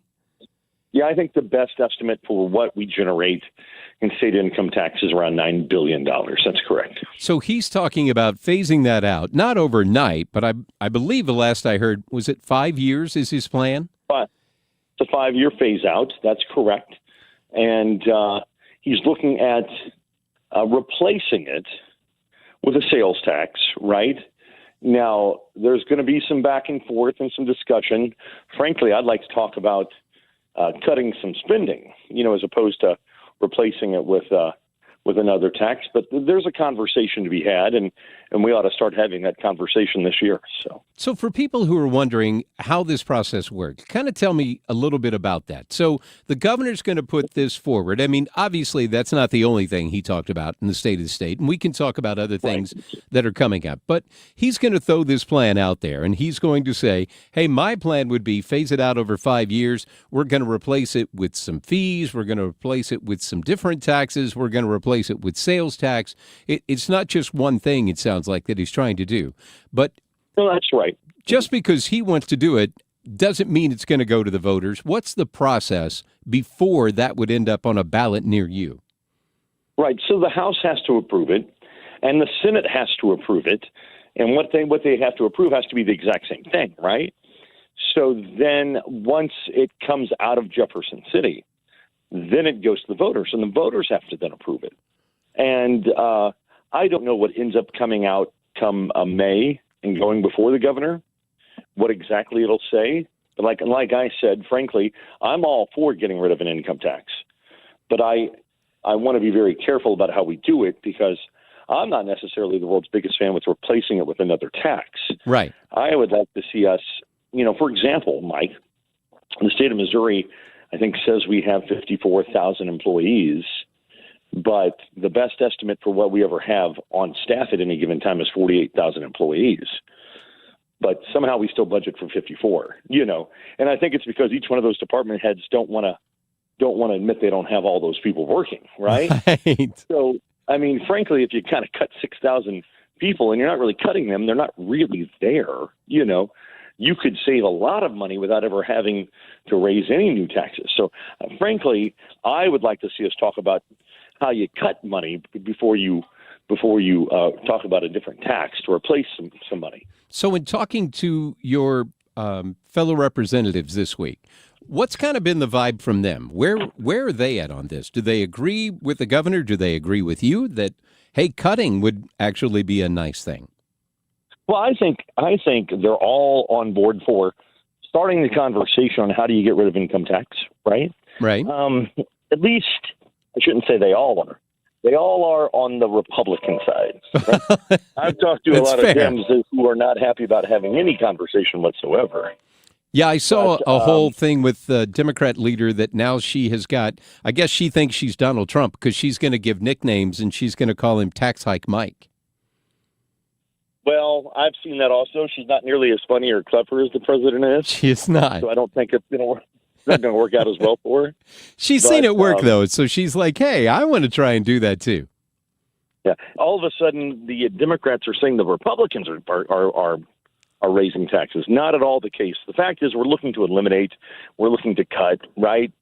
But I really would like the focus to be really strong on how do you cut some of that wasteful spending. So that's going to have to go through the process, and you're going to end up having discussions. Obviously, the House is going to weigh in, and they may have some wording and some ideas that they want to do. Then the Senate's going to do theirs. After all that is done, what ends up on the governor's desk, as you've kind of alluded to, may not be anywhere near what the governor actually laid out. So that's going to go through the process. What were the other issues that came out from the State of the State, or the big issues that you see as you're getting started that's starting to grab some traction? Well, frankly, something that he said in the State of the State that surprised me, but I was glad to hear him say it, was he said the state of Missouri is all in on nuclear power. And I've been saying that for a long time, right? Nuclear power is safe, people are going to reference things that happened 40 years ago, a couple of different incidents that happened 40 years ago. Right. We're so much beyond that from a technology standpoint. It's incredibly safe. It's renewable. I mean, frankly, I don't think it's a partisan issue, although Republicans seem to be on board with nuclear power and Democrats don't. But the fact is, really, liberal countries like France are largely powered through nuclear power. I say let's go all in on nuclear, and it's a good way of generating power that will last forever and is incredibly renewable and incredibly safe. Well, you know, Mike Costello, state representative from Darden Prairie, Lake St. Louis area, he keeps walking around with these hats that say, "Make nuclear great again," which I love that, because people need to understand you can throw any type of energy source under the bus that you want to, right? Whether it's wind, solar, oil, gas, nuclear, throw them all under the bus if you want.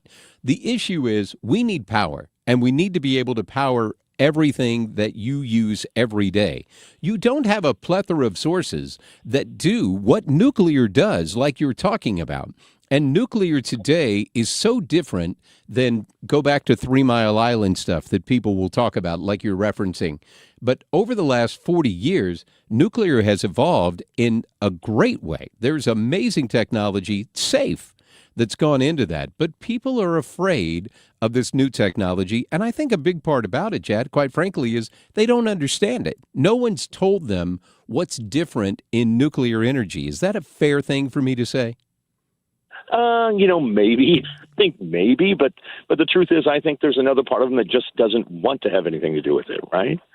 So I don't know why they are so adverse to nuclear, but I think it's time to, if we need to educate some folks, then let's do that, right? Because this is the way to get these things accomplished. Well, the state of Missouri is going to have power, because I know last year when I was in Jeff City, one of the things that I heard people talking about is in the next 5 years, we are not going to be able to meet the energy needs that the state of Missouri has now. Within 5 years, we're going to be under power.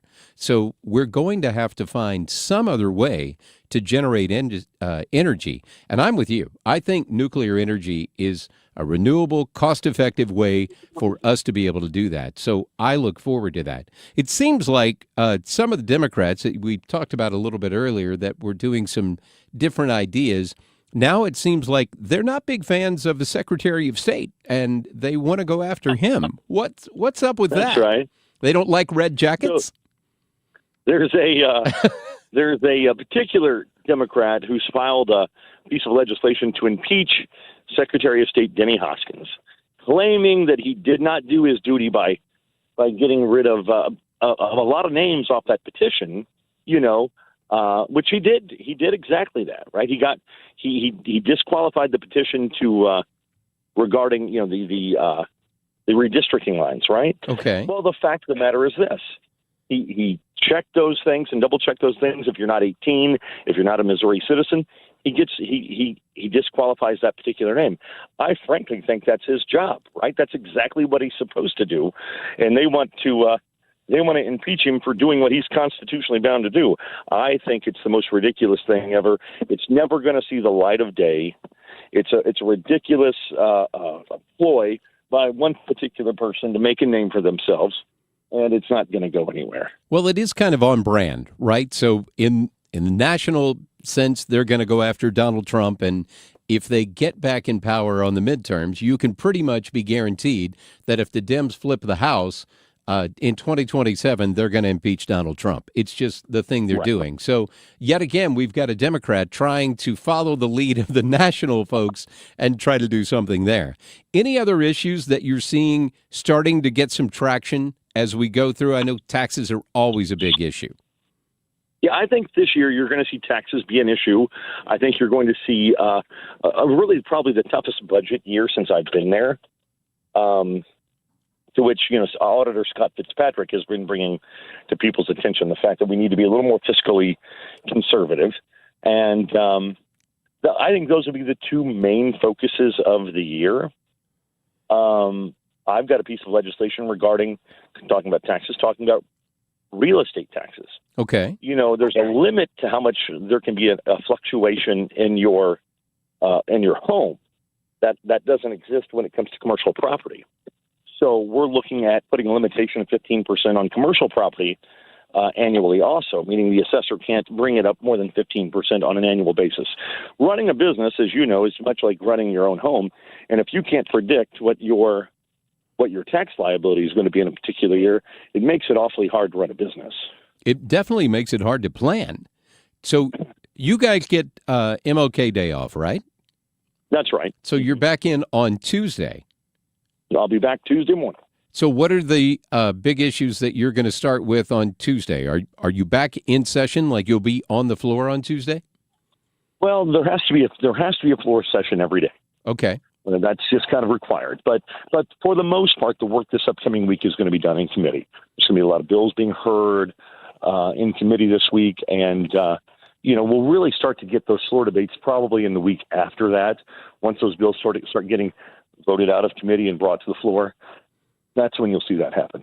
I want to ask you this before I let you get out. People from time to time, they talk about they want to see their state representatives or their state elected officials do certain things and get things done and be responsive. What's the best way, in your opinion, for a constituent to reach out to their elected official in Jeff City and be the most efficient and effective? What's the best way for them to do that? Well, two ways I would not do it, right? Don't send somebody a Facebook message. Okay. Don't do that. Don't do that. Most of us are really easy to get a hold of, right? The number's easy to find. The email's easy to find just by Googling the name, right? Yeah. So, but don't send somebody a Facebook message. It's not, in my opinion, a professional way to reach out to someone. If somebody wanted to come to Jeff City, do they need to make an appointment first before they just walk in? Okay. Absolutely not. You can walk in, and most people have, you may not have more than a minute or two if you just do it that way, but most people are going to take at least a minute or two to visit with you. Now, if you made an appointment, obviously, you could spend 15 or 20 minutes, right? But but you don't necessarily need an appointment. Anything else that you would advise? Also, you know what is not an effective way, Mike? What's that? Is the form email. Oh, we all get that, right? Like we do. We'll get. I'll get 1,000 emails from one particular group, and all that changes is the name that it comes from. Yes, but the words are exactly the same. Not effective. And then people are upset that you didn't respond to all of them when you're like, well, you all said basically the exact. You spent no time putting thought into your email. Why do you want me to put thought into in response to you? So, when people are like, I sent you a Facebook message, and I'm like. And the young man that's interning for us this year probably did read that. Yeah, that's good. Well, Chad Perkins, Speaker Pro Temp of the Missouri House, I appreciate you making time on a Friday evening to sit down and talk with us. It's always good to talk to another radio guy, man. Hey, take care. Always a pleasure, Mike. All right, that is Chad Perkins. He is the Speaker Pro Temp of the Missouri House of Representatives. Always appreciate his time. You know, your state representatives, state senators, your elected officials are working hard for you. And if you approach them in a respectful way, they're going to make time and they're going to hear you out because they want to know what's important to you. We've got the cut of the day coming up on the other side. It's Mike Elam in for Mark Reardon on 97.1 FM Talk. Traffic from the 97.1 FM Talk Traffic Center.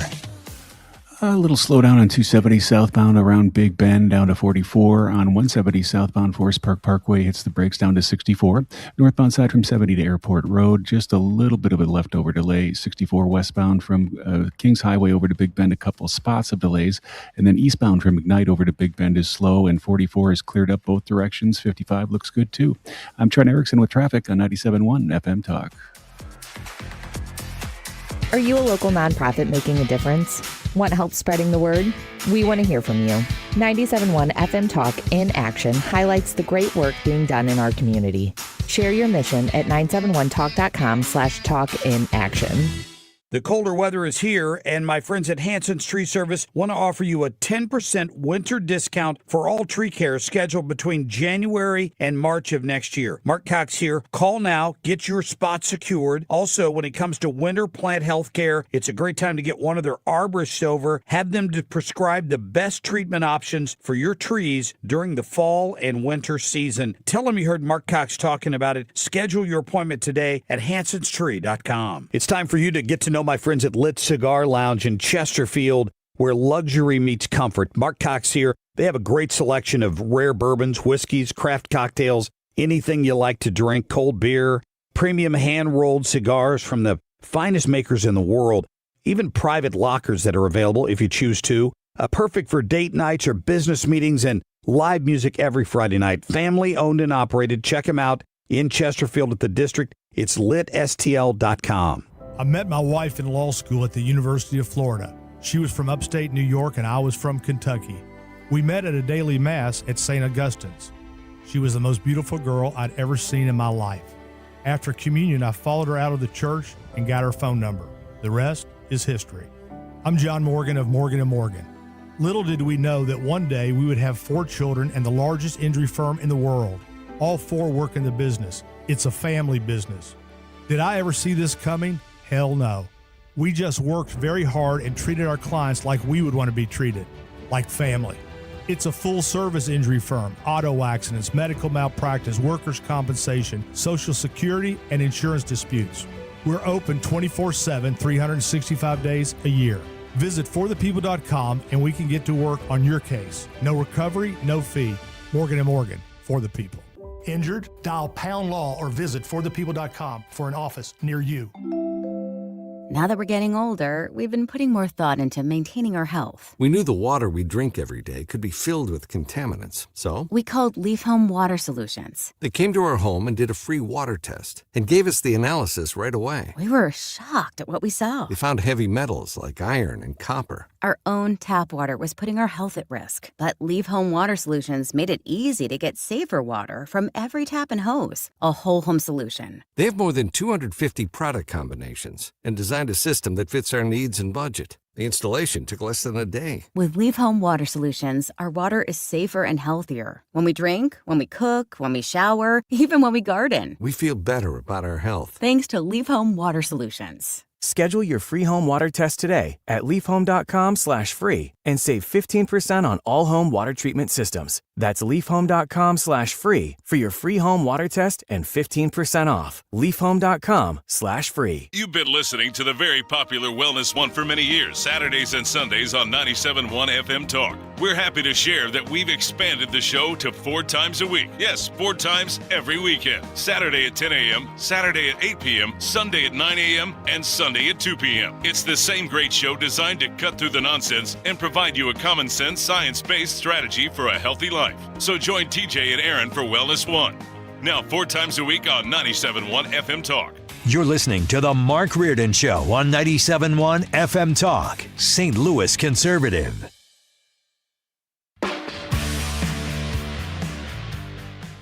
Stand by. Playback ready. Now, the audio cut of the day. So you get to the end of the show, and it's time to kind of look through all of the audio that you've heard that's come out today. And there was one that really kind of caught my attention. And thanks to Fred Bottomer for bringing this to my attention. Maria Machado, who is the opposition leader from Venezuela. And a lot of people thought that Trump was probably going to put her in charge. She did something that most people did not see coming, and this is our audio cut of the day. Would you want someone else's Nobel Prize? Well, she offered it to me. I thought it was very nice. She said, you know, you've ended 8 wars, and nobody deserves this prize more than in history than you do. And I thought it was a very nice gesture. In spite of the Nobel Prize Committee saying that you couldn't transfer your Nobel Prize to anyone, especially President Trump, you did. Why did you do that? Because he deserves it. And it was a very emotional moment. I decided to present the Nobel Peace Prize medal on behalf of the people of Venezuela. And I think that was a very nice gesture on her part.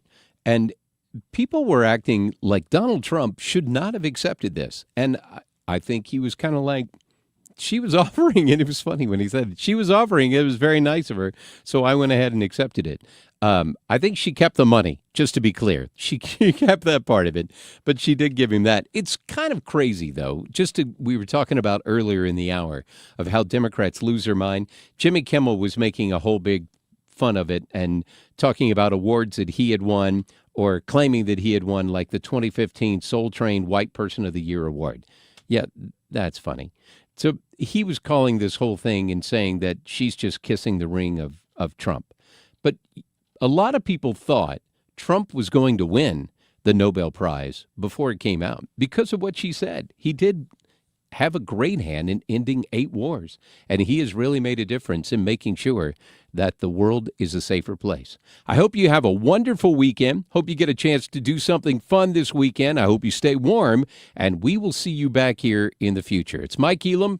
Always happy to have the opportunity to sit in for Mark Reardon on 97.1 FM Talk. Traffic from the 97.1 FM Talk Traffic Center. Just a couple of delays on 64 on your westbound side from Clayton over to Big Bend, and then eastbound side from McKnight to Big Bend, a little bit tight yet, and looking pretty good on